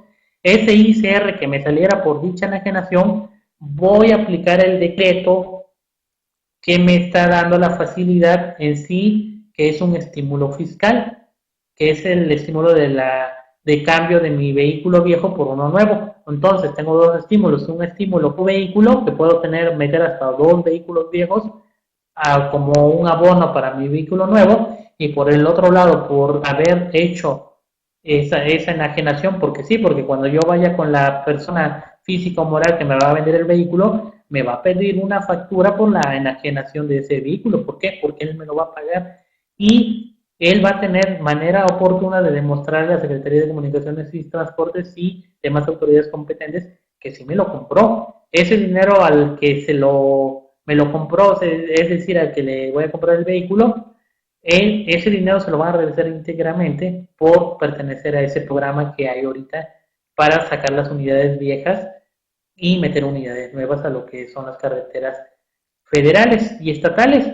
Pero ¿qué va a pasar por mi lado? Como yo realicé una actividad por esa chatarra, por haber vendido mi vehículo a aquella persona que voy a adquirir mi vehículo nuevo, pues tendría yo que haber pagado un ICR. Ese ICR, si yo aplico ese estímulo fiscal, no lo voy a pagar porque me dice la dicha ley. Dicho estímulo será aplicado hasta el importe del ICR que salga por la ganancia de la venta de ese activo fijo. Bueno, entonces, acumularán otros ingresos acumulables. Entonces, viendo ese estímulo, esa ganancia en venta de activo fijo, sí la voy a acumular. Sin embargo, ahí cuando haga yo mi pago provisional, voy a aplicar lo que es el estímulo. Más adelante, donde mis demás láminas vienen, cómo voy a aplicar dicho estímulo por la enajenación de ese activo fijo que yo realicé. Bueno, seguimos. Momentos de acumulación del ICR conforme al título 2. ¿Qué me dice? Vamos a ver. ¿Cuándo se van a acumular? Si tienen alguna duda de lo que vamos hablando, pues yo creo que son muchas, pero ahí vamos entonces. ¿Qué dice? Momentos de acumulación. Momentos de acumulación va a ser cuando se expira el comprobante, señores, entrega del bien o prestación del servicio, cobro total o parcial. Ahí está lo que me decía Angie hace rato. Oye, pero es que yo emití una factura de, ¿qué? 1,000,000 de pesos, ¿sí? Imagínate, y no está cobrado. ¿Dónde está la información sobre los estímulos mencionados?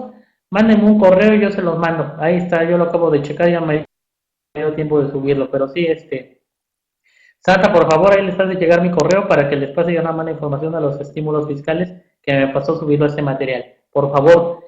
Entonces, ahí está el coco, momento de acumulación según el artículo 17 de la ley del impuesto sobre la renta, me dice que se van a acumular cuando se expida el comprobante, cuando se haya realizado, entregue del bien o preste el servicio o cobro total o parcial. O sea, ahí no le importa la unidad porque tú eres persona moral y como tal vas a tributar como autotransportista. Lo hayas cobrado o no lo hayas cobrado. Solo lo tengo en Face, claro, ahí me puedes contactar y ahí me mandas un correo y yo te lo envío. ¿Vale? Seguimos entonces. Bueno, ya estamos hablando de deducciones autorizadas. Esas deducciones autorizadas, ¿qué va a pasar? Bueno, esas deducciones autorizadas van a aplicarme a mí cuando yo haga mi declaración anual como autotransportistas. ¿Qué está ahí? Bueno, tal vez me va a aplicar lo que son las devoluciones, descuentos y bonificaciones, el costo de lo vendido, que a lo mejor no me aplica, los gastos, parte fundamental, pues yo sí tengo gastos, efectivamente erogados, inversiones, claro, yo voy a tener mi vehículo nuevo que acabo de cambiar por mi chatarra, también lo voy a poder deducir, claro, mediante. Yo creo que como autotransportistas no tenemos créditos incobrables, porque ya como está el sector, no creo que nadie me dé crédito, todo es chas, chas. Cuotas al IMSS, acuérdense que a través de la Canacar tenemos que pagar dichas cuotas y hay convenios. El ajuste anual por inflación, ojo señores, el autotransporte también realiza el ajuste anual por inflación porque el artículo este me lo está mencionando en el título 2. Entonces tengo que realizar mi ajuste anual por inflación, que dicho procedimiento está dentro de dicho título 2 de las personas morales, que es el artículo 18, si no me equivoco por ahí. Anticipos a miembros de sociedades y asociaciones civiles, tal vez a mí no me aplique, pero sin embargo, lo que son esas deducciones me van a aplicar solamente en la declaración anual, porque estábamos hablando de ingresos. ¿Por qué? Porque los ingresos, eso es la parte fundamental, ya que en base a eso voy a hacer mi pago provisional, sean contado, crédito o se hayas pedido el CFDI, no me importa, ahí vamos a calcular sobre el coeficiente de utilidad y va a ser el ICR que me toque pagar. Bueno, ¿qué más sigue? Realizar pagos provisionales de las personas morales del título 2, autotransporte, y la mecánica para calcular el impuesto sobre la renta es como la de cualquier persona moral, que tributen en este régimen de acuerdo al artículo 14, que dice que los contribuyentes efectuarán pagos provisionales mensuales a cuenta del impuesto del ejercicio más tardar el 17 del mes inmediato posterior a aquel que corresponde al pago conforme a las bases que a continuación se señala. A la utilidad fiscal para el pago provisional se determinará multiplicando el coeficiente de utilidad conforme a la fracción anterior por los ingresos nominales correspondientes del periodo, comprendidos del inicio del ejercicio hasta el último día de que se trate. Y los pagos provisionales serán cantidades que resulten de aplicar la tasa establecida en el artículo 9, en este caso la tasa del 30, sobre la utilidad. Entonces, ¿cómo voy a calcular? Bueno, conforme el coeficiente de utilidad que yo ya tuve que haber determinado en 2013 para 2014 y 2014 para 2015. Acá está un ejemplo que yo les estoy poniendo de cómo se realiza el cálculo de autotransporte. Acá yo ya tengo mi fletera. Qué bueno que yo tuviera una, pero se llama JB Autotransporte CSA-DCB. Dice, cédula de pagos provisionales del ICR ejercicio fiscal 2015. Acá ya nomás le puse de ejemplo. Enero, febrero, marzo, abril, mayo y junio debería de haber ingresos, pero yo nomás le puse de ejemplo. Ingresos por servicios 850.900. Acuérdense, tenemos que aplicar lo que es el artículo 17, que es la acumulación de los ingresos, no importa que estén cobrados o no cobrados. Y dice que le voy a aplicar sobre mis ingresos nominales. ¿Por qué ingresos nominales? Porque es la suma de mis ingresos de enero a julio, o sea, son mis ingresos acumulados. Le voy a aplicar lo que es mi coeficiente de utilidad. En este caso tengo un coeficiente de utilidad del 0.0432 aproximadamente. Y eso va a ser mi utilidad estimada, que en este caso de los 850,000 pesos son 30,547. Por la tasa del ICR que me menciona el artículo en mención, que es el 30%, yo voy a pagar un impuesto de 9,164 menos.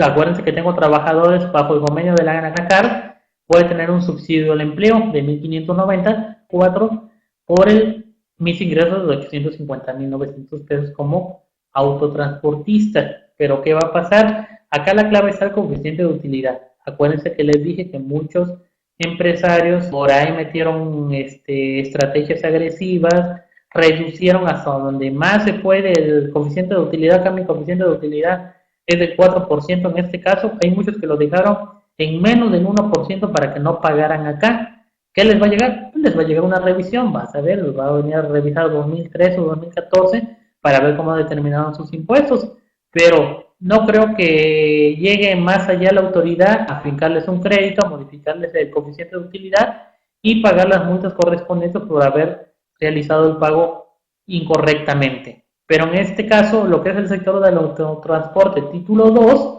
como persona moral está en la mecánica. Mis ingresos efectivamente cobrados los multiplico por el coeficiente de utilidad, a la cual le aplico la tasa máxima y le voy a poder reducir lo que es el subsidio del empleo, y en este caso mis pagos provisionales los con una anterioridad. Bueno, ¿qué sigue? Acá es un caso práctico que subí de dicho ejemplo de los 850,900 como persona moral de autotransporte. Julio, acá está, julio del 2015, en este caso nada más seleccioné lo que son ICR personas morales e impuesto al valor agregado. Ojo señores, impuesto al valor agregado, otro tema que vamos a tener que tocar más adelante. Sin embargo, ahorita mi querido amigo y maestrazo Miguel Chanati Toledo, dentro de sus sesiones de lo que es el análisis de la ley del IVA, pues no creo que ya lo ha de haber tocado, ¿no? Lo va a ir desmenuzando artículo por artículo y ya se ha de haber tocado lo que es este servicio de autotransporte. Paga, no paga, si paga, está exento, saca proporción. Bueno, dicho artículo ya no lo toqué porque ahorita estamos hablando de lo que es pura ley de impuestos sobre la renta, fiscales, marco legal, o otras cuestiones, pero posteriormente, a lo mejor en otra sesión, por ahí hablamos de lo que son los pagos provisionales del IVA en las diferentes formas de tributar y lo analizaríamos. En este caso, nada más seleccionar lo que es el ICR y el IVA, nada más de manera genérica para dar lo que es el ejemplo.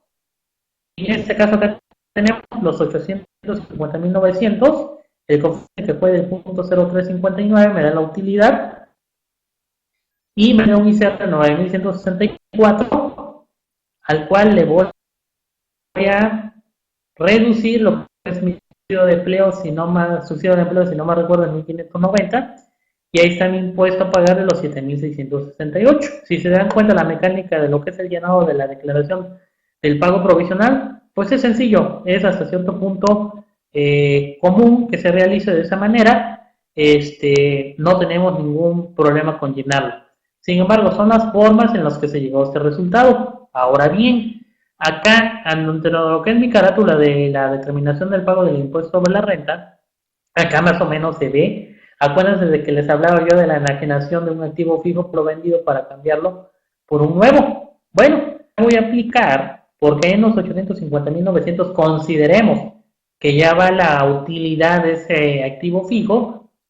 Me dice estímulo, acá dice hasta abajo, dice otros, bueno, acá no se ve muy bien, dice otros estímulos, ¿sí? Ahí va el estímulo fiscal del que les estaba yo hablando, del ICR pagado por la enajenación del activo.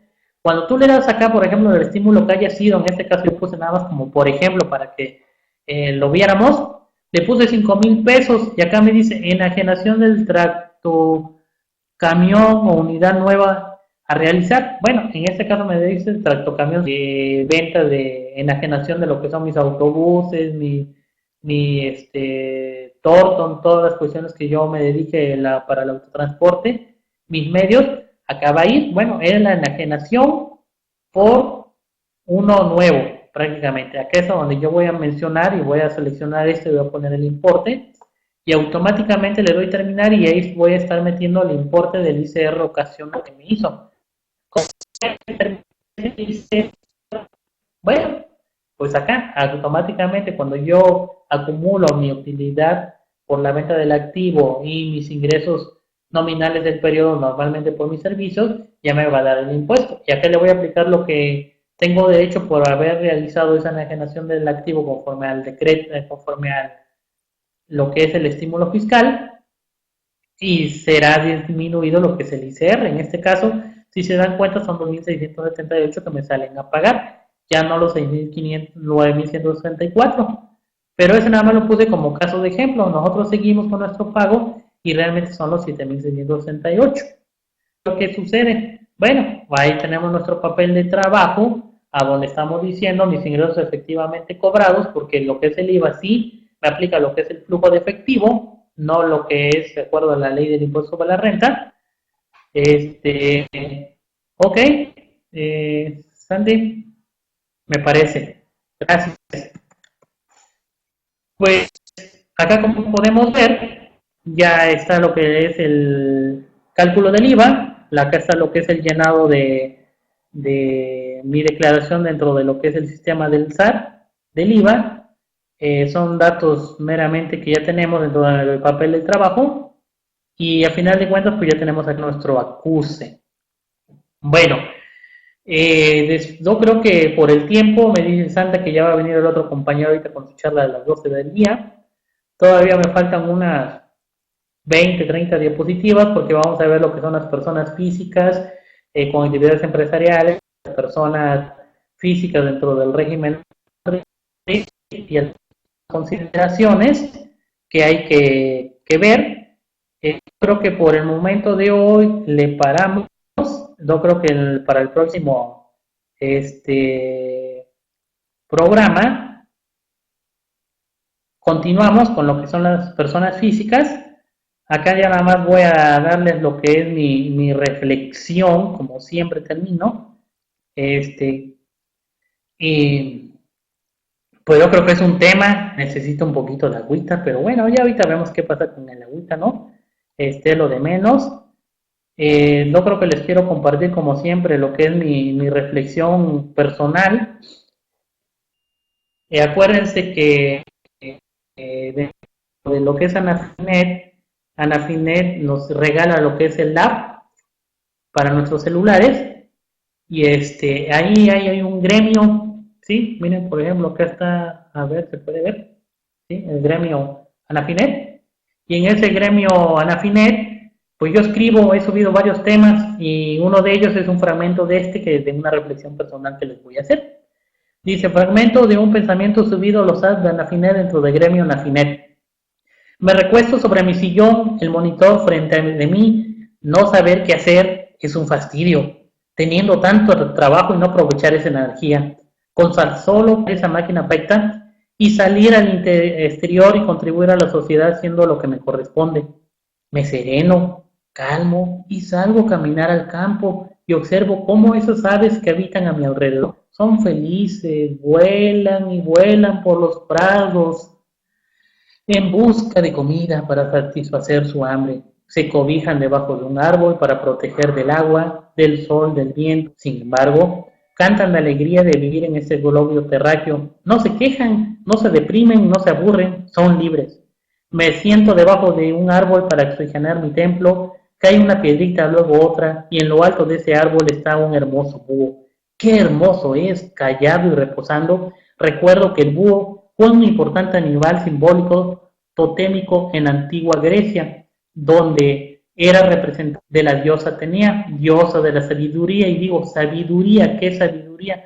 Busco mi celular dicho significado y me dice que es la capacidad de pensar y de considerar las situaciones y circunstancias, distinguiendo lo positivo de lo negativo. Qué gran enseñanza me deja la figura de ese ser. ¿Acaso tenemos la capacidad de distinguir entre lo blanco y lo negro? ¿Cuántos de nosotros no podemos distinguir eso en nuestros templos interiores, de ese robot del conocimiento que somos todos nosotros? ¿Cuántos quisiéramos subirnos en un búho y quedar impregnados con su energía de sabiduría, que nos transmitiera esa capacidad, instinto animal que tienen ellos por naturaleza? Sería algo formidable, algo tan bello y digno de ser portadores de esas virtudes que nos distinguen de las demás máquinas pensantes. Recordemos lo que dijo el maestro Platón: el ser humano dispone de 3 poderosas herramientas: el intelecto, la voluntad y la emoción. Para cada una de esas existe una virtud, la sabiduría. Respiro, me aliento y sé que algún día encontraré ese camino rumbo al sendero de la luz, de ese conocimiento, en busca de la reconstrucción de mi templo, para poder enfrentar mis vicios y pasiones y algún día ser virtuoso y poder disfrutar de mi máquina de la cual soy responsable desde que fui creado. Solo pediré salud, estabilidad y poder. Es cuanto JB el fiscal. Se los agradezco que me hayan escuchado. Yo creo que máquina, nacen, renacen. Dicen acá, me hiciste acordarme de mis clases de teatro. Aunque no lo crean, yo tomé clases de teatro, participé como payaso, me gustó mucho a mí el payaso, tal vez parezco payaso, pero me gusta el teatro, me gustan muchas cosas. Yo creo que somos seres humanos y hay que explorar todo. Es cuanto, tomamos café huatusqueño, agradezco su preferencia en el aula Anafinet, muchas gracias, que Dios me los bendiga y que el Creador les dé salud, estabilidad y poder. Es cuanto, Santa, gracias a Anafinet y gracias a todos los que me siguieron. Dentro de 8 días nos estamos viendo, señores. Gracias.